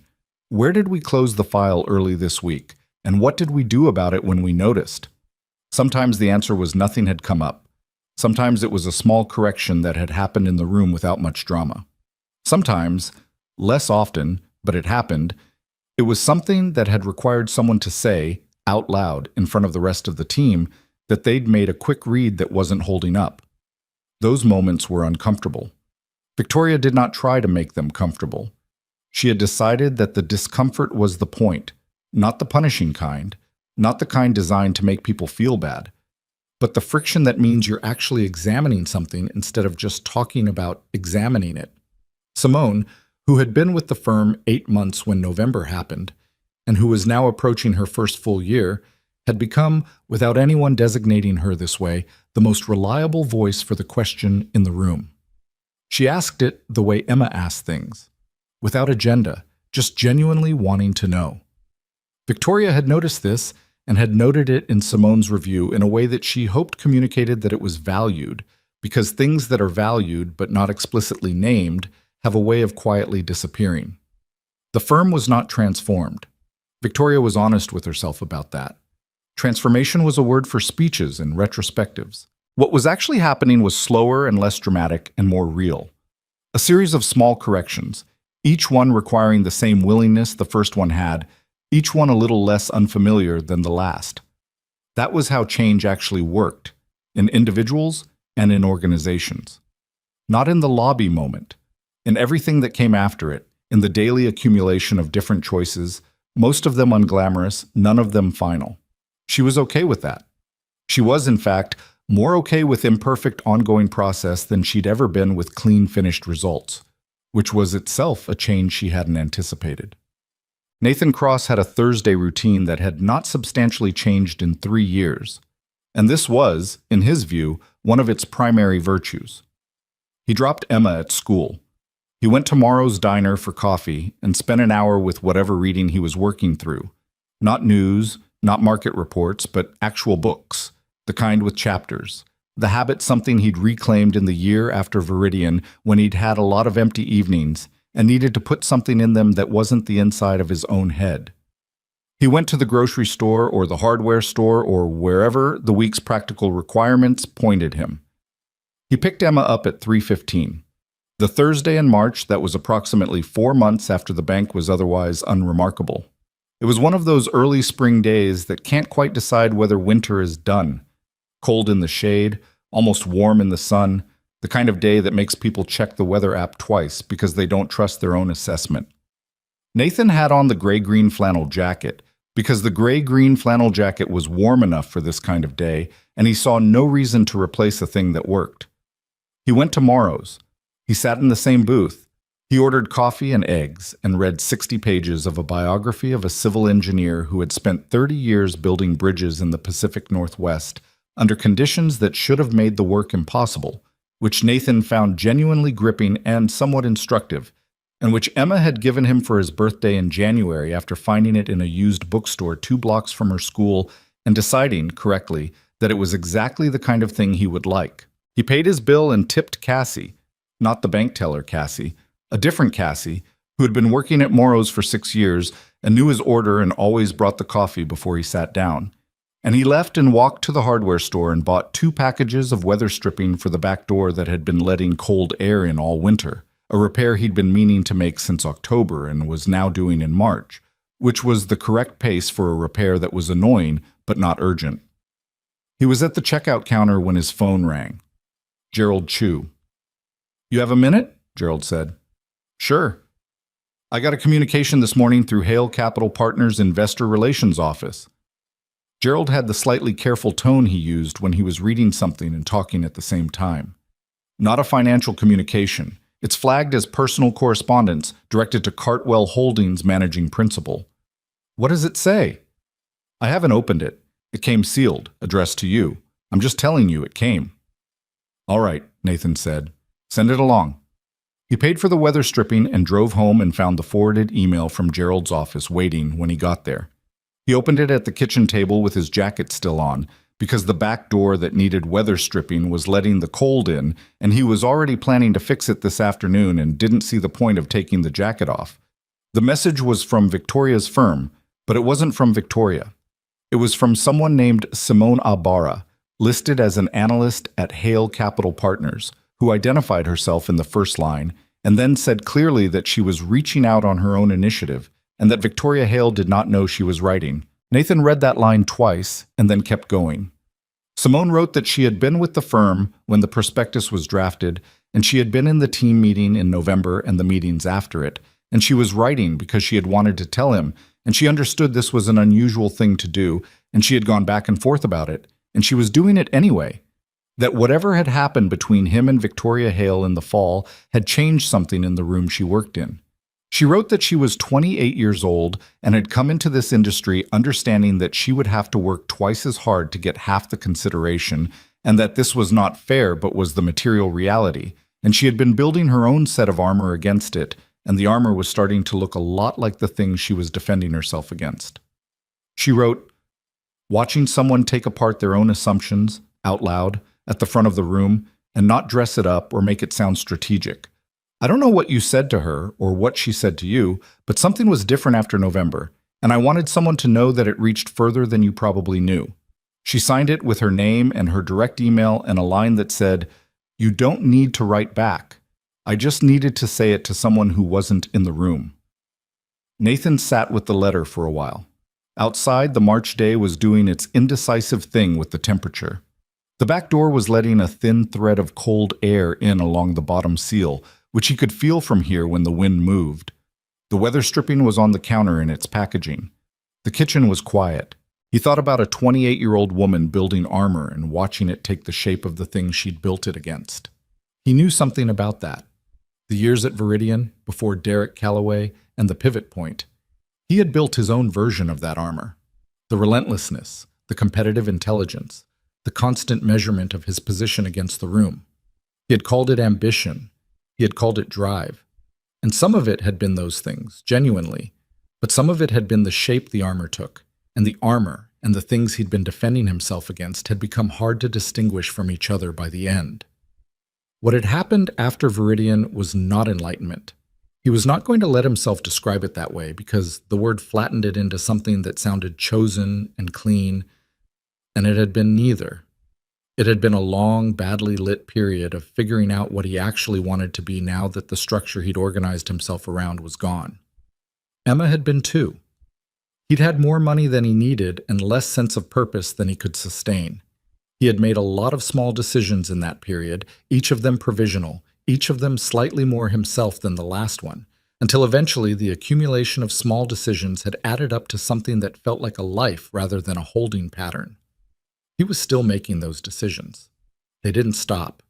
You didn't arrive somewhere and sign a form and receive a certificate of completion. You just kept choosing, every day, what to spend yourself on and what to let go. He wrote back to Simone Ibarra. He kept it short. He said he appreciated her writing and he meant it, and that what she'd described, the armor starting to look like the thing, was one of the clearest descriptions he'd heard of a particular kind of slow erosion that happened to people in competitive environments, and that the fact that she'd noticed it in herself at 28 was not nothing. He said, "The noticing is the hard part. The rest of it is just the long work of acting on what you noticed." He paused, and then he wrote one more thing.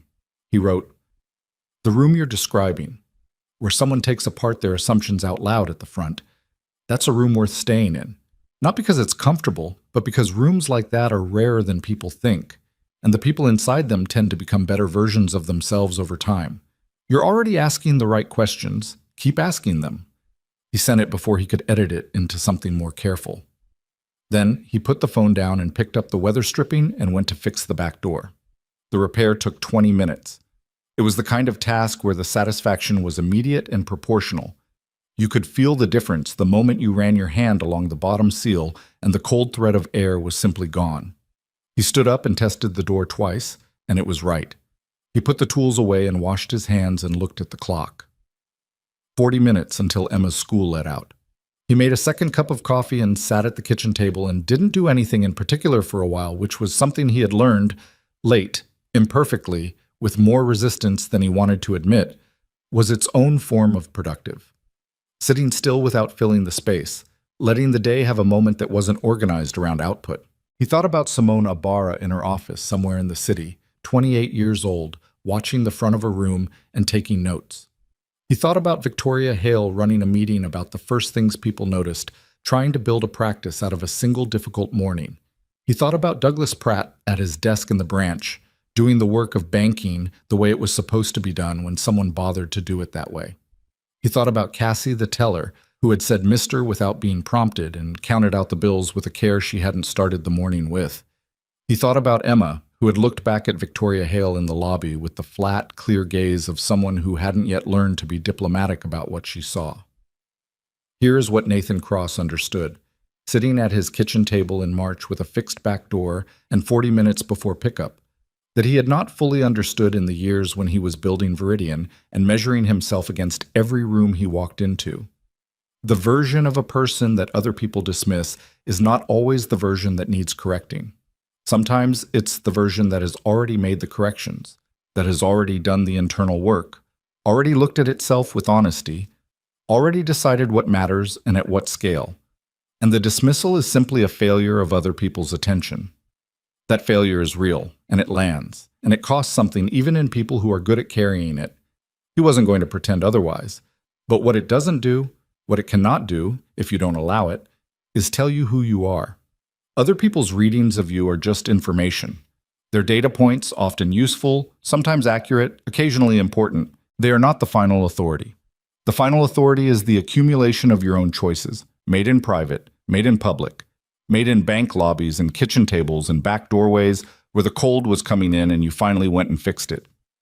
He had made a lot of choices in the past 4 years. Some of them were good. Some of them were wrong, and he'd had to back up and try again. He had not, at any point, been the person the lobby of Meridian First had decided he was in the first 3 seconds. Not the struggling man they'd assumed, and not the quietly powerful figure the branch manager had revealed, and not the cautionary tale, or the lesson, or the narrative device. He was just Nathan Cross, a man with a truck and a fixed door, and a kid who interviewed neighbors for school projects and a Thursday morning routine that he had no intention of changing. He picked up Emma at 3:15. She came out of the school in a cluster of other kids and peeled off from the cluster the way she always did. Not in a hurry, not dawdling, just transitioning at her own pace, and got in the truck and put her backpack between her feet and said, "Mrs. Tanner liked my interview notes." "Yeah?" "She said I asked good questions." Emma buckled her seatbelt. "I told her I learned it from you." Nathan pulled away from the curb.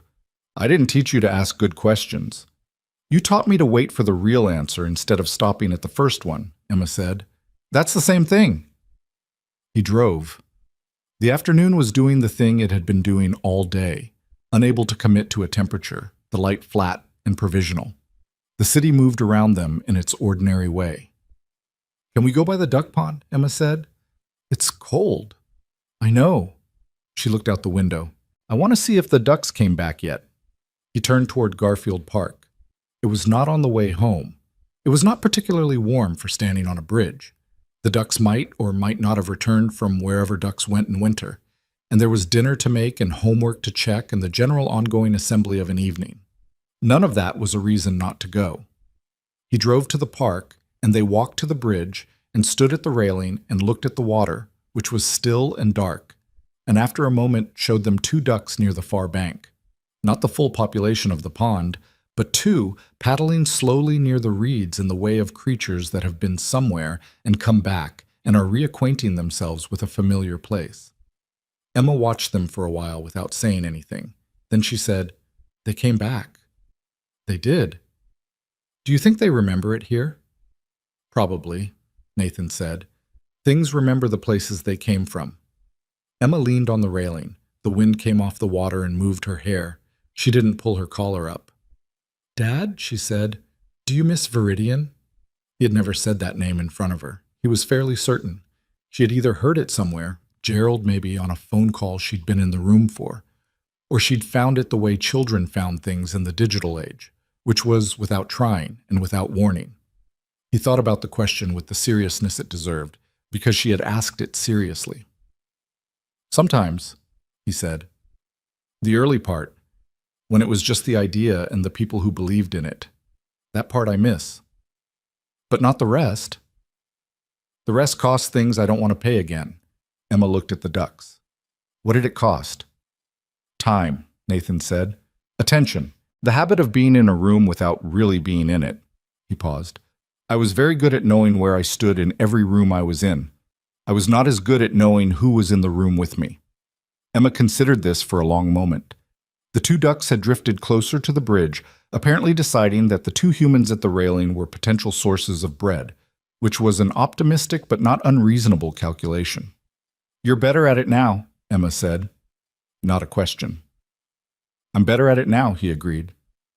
She straightened up from the railing and turned to face him, and in the flat March light she looked like herself, wholly, simply, exactly herself. The 7 years of her accumulated into the person standing there, with her mother's way of going still before she said something that mattered. "I think the bank morning was good," she said. "Not the laughing part, but the rest. I think it was good for them." "Maybe," Nathan said. "Mrs. Garland said something," Emma said, "when I was interviewing her. She said the most important thing she ever learned in 31 years of teaching was that you can't make people see something. You can only make it visible, and then it's up to them." Nathan looked at his daughter. "She said the teachers who burned out were the ones who thought it was their job to make students understand," Emma continued. "The ones who lasted figured out it was their job to make the thing clear, and then wait." The ducks had given up on the bread possibility and drifted back toward the far bank. The wind came off the water again, this time carrying the first real cold of the afternoon, the kind that meant it was time to go. "Smart woman," Nathan said, for the second time in 4 months about the same person. "I know," Emma said. "I picked her on purpose."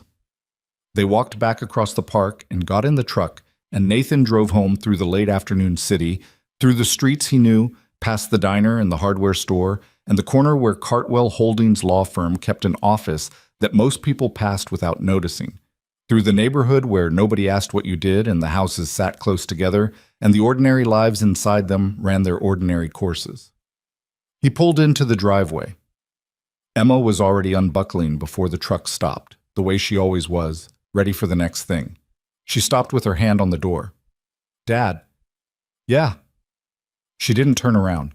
She was looking at the house, at the front door with the porch light already on, because the timer clicked it on at 4 o'clock now that the days were short. "I'm glad we went to the bank that day," she said. "Even though it was weird." "Me too," Nathan said. She got out. He sat for a moment in the truck in the driveway with the engine idling and the porch light on in the early dark of a March afternoon, and he thought about what it meant to make something visible and then wait. He thought about a woman in a 14th floor office running a meeting about first reads. He thought about a 28-year-old noticing the shape of her own armor. He thought about two ducks on dark water, back from wherever they'd been, moving slowly through a familiar place. He turned the engine off. The porch light held the small square of concrete at the front door in a circle of yellow. Inside, he could hear Emma already.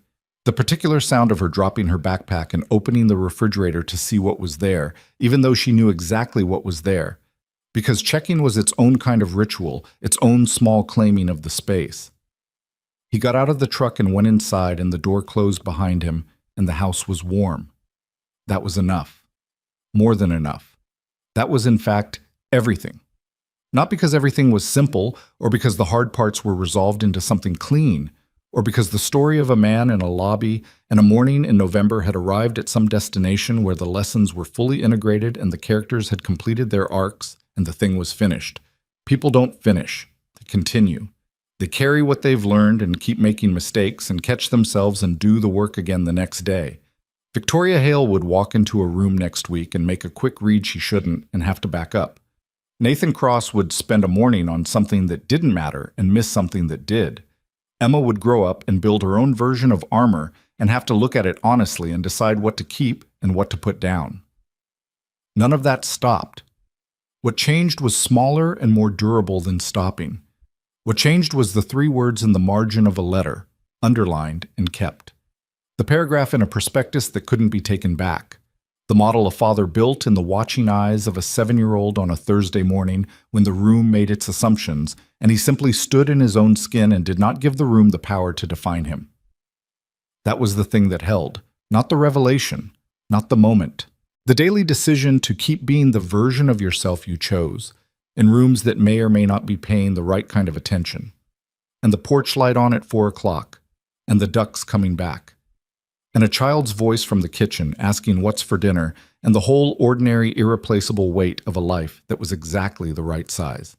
The dinner that night was pasta, the regular kind, not whole grain, with a jar sauce that Nathan had improved with half an onion and some garlic and a pinch of red pepper flakes, which was the extent of his culinary ambition on weeknights and which Emma had declared acceptable sometime around age 5 and never revisited. She ate with one elbow on the table, which he corrected once and then let go, because there were only so many battles worth having at dinner and elbow positioning was not in the top tier. Tyler said his dad has a boat, Emma said between bites. Okay. A big one. They go out on the lake in summer. That sounds nice. Emma twirled pasta around her fork with the concentration of someone performing a technical maneuver. Do you want a boat? Not particularly. Why not? Nathan considered this genuinely, because Emma's questions generally deserved genuine consideration. Because I'd have to store it somewhere and maintain it. And I'd probably only use it 4 times a year, and the 4 times I used it, I'd be thinking about the storing and maintaining. Emma thought about this. So it's too much thing for how much you'd actually use it. Exactly.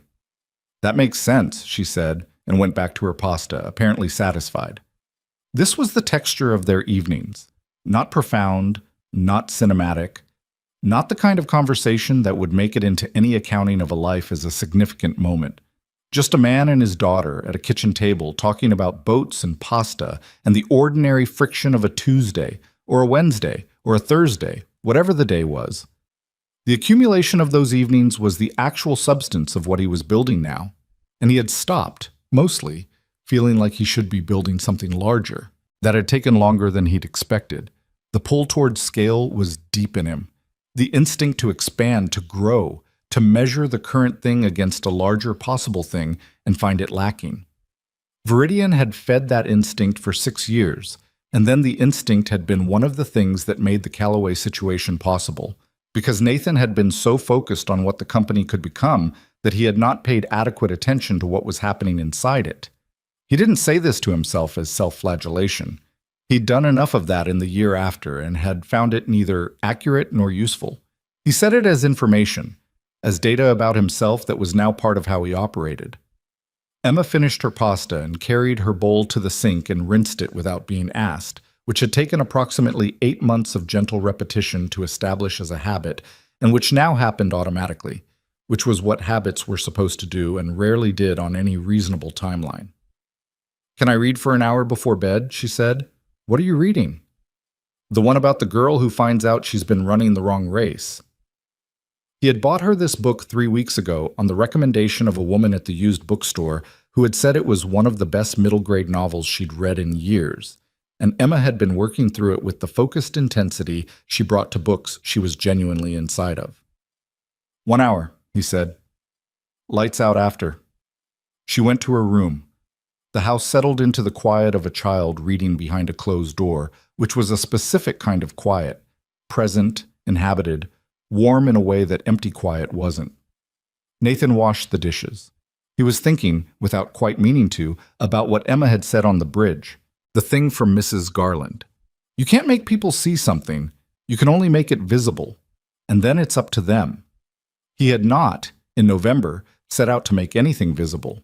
He had gone to the bank for $50 and his daughter's company and had not had any particular intention beyond that.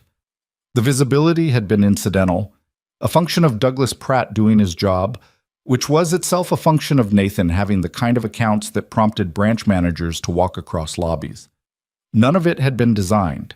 None of it had been aimed at Victoria Hale or the person who had laughed or any of the others in the room.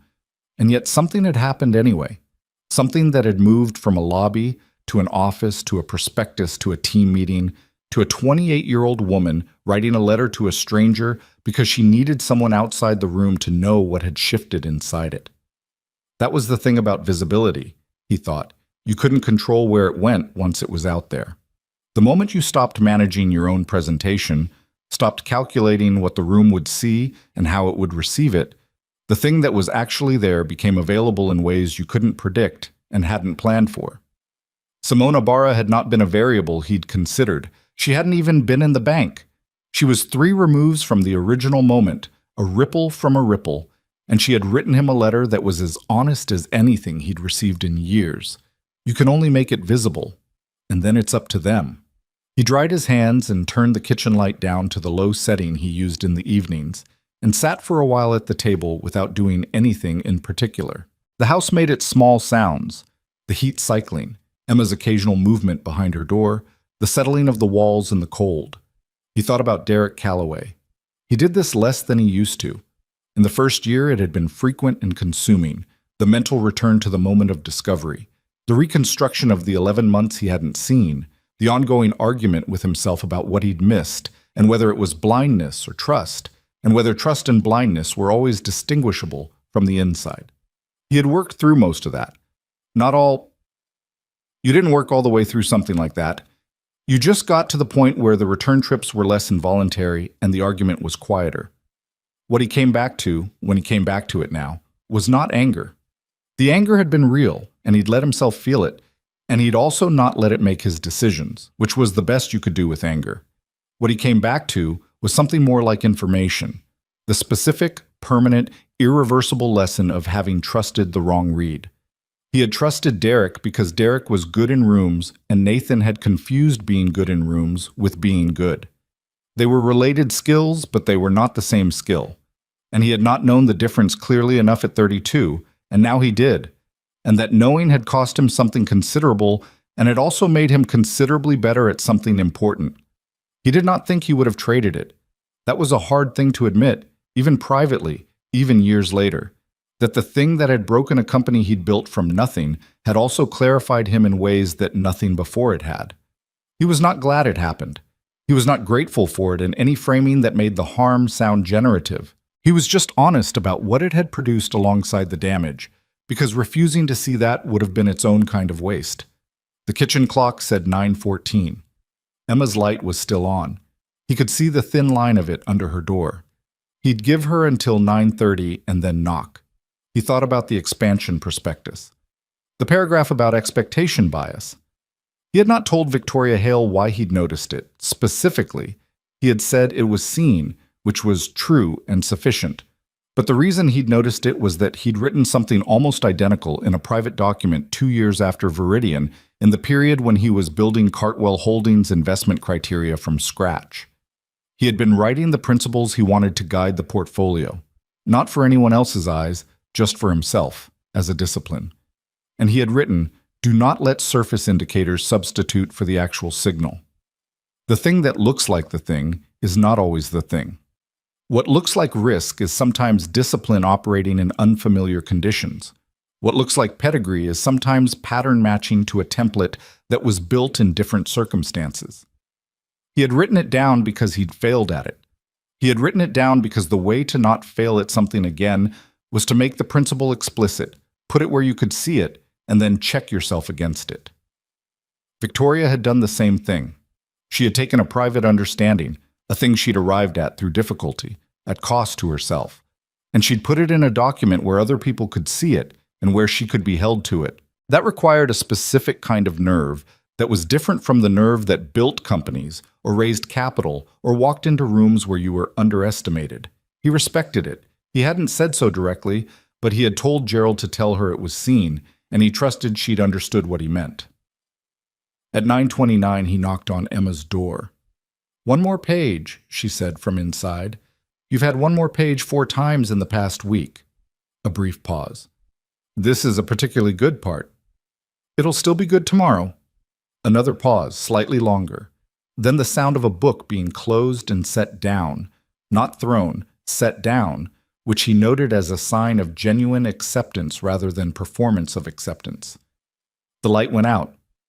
"Dad," she said through the door. "Yeah." The girl in the book figured out she was running the wrong race because she kept losing and she couldn't figure out why, and then someone told her to look at what race she was actually in, not the one she thought she was in. Nathan stood in the hallway. "And?" "She'd been trying to win somebody else's race," Emma said. "The whole time. She didn't even know." He stood with that for a moment. "Does she switch races?" "I don't know yet," Emma said. "I'm not done." "Good night, Em." "Good night, Dad." He walked to his own room and sat on the edge of the bed in the dark for a while. The somebody else's race. He had run that race for 6 years at Viridian, and he'd been good at it, and it had still been the wrong race. Not wrong because he'd failed, but wrong because the winning conditions were defined by things that turned out not to matter to him when he got close enough to examine them. The size of the company, the position in the market, the room's acknowledgement of where he stood. He had lost that race and found a different one, and the different one did not have a leaderboard and did not have a winner and did not end at a number, and he would be running it for the rest of his life without a finish line, and that was, as far as he could tell, entirely correct. The city was quiet outside his window. The March cold had settled in for the night. Somewhere in Crestfield, a 14-floor office building was dark except for the lobby and the elevator lights, and the work that had happened inside it today was done, and the people who had done it were in their own rooms in their own houses, running their own versions of the things they'd decided to run toward. Nathan Cross lay back and looked at the ceiling and let the day finish itself. He had fixed the door. He had fed his daughter. He had watched 2 ducks on dark water and understood, in the way you understand things that don't require explanation, that they were right where they were supposed to be. So was he. That was not a small thing. It was, in the end, the only thing that held its value across every circumstance he'd moved through. Every gain, every loss, every room that had read him wrong, and every letter that had read him right. The knowledge of where you stood arrived at honestly, without the room's permission. He closed his eyes. Outside, the porch light was still on, holding its small circle against the dark, the way it did every night until the timer clicked it off at midnight, faithful and unhurried, asking nothing from anyone, simply there.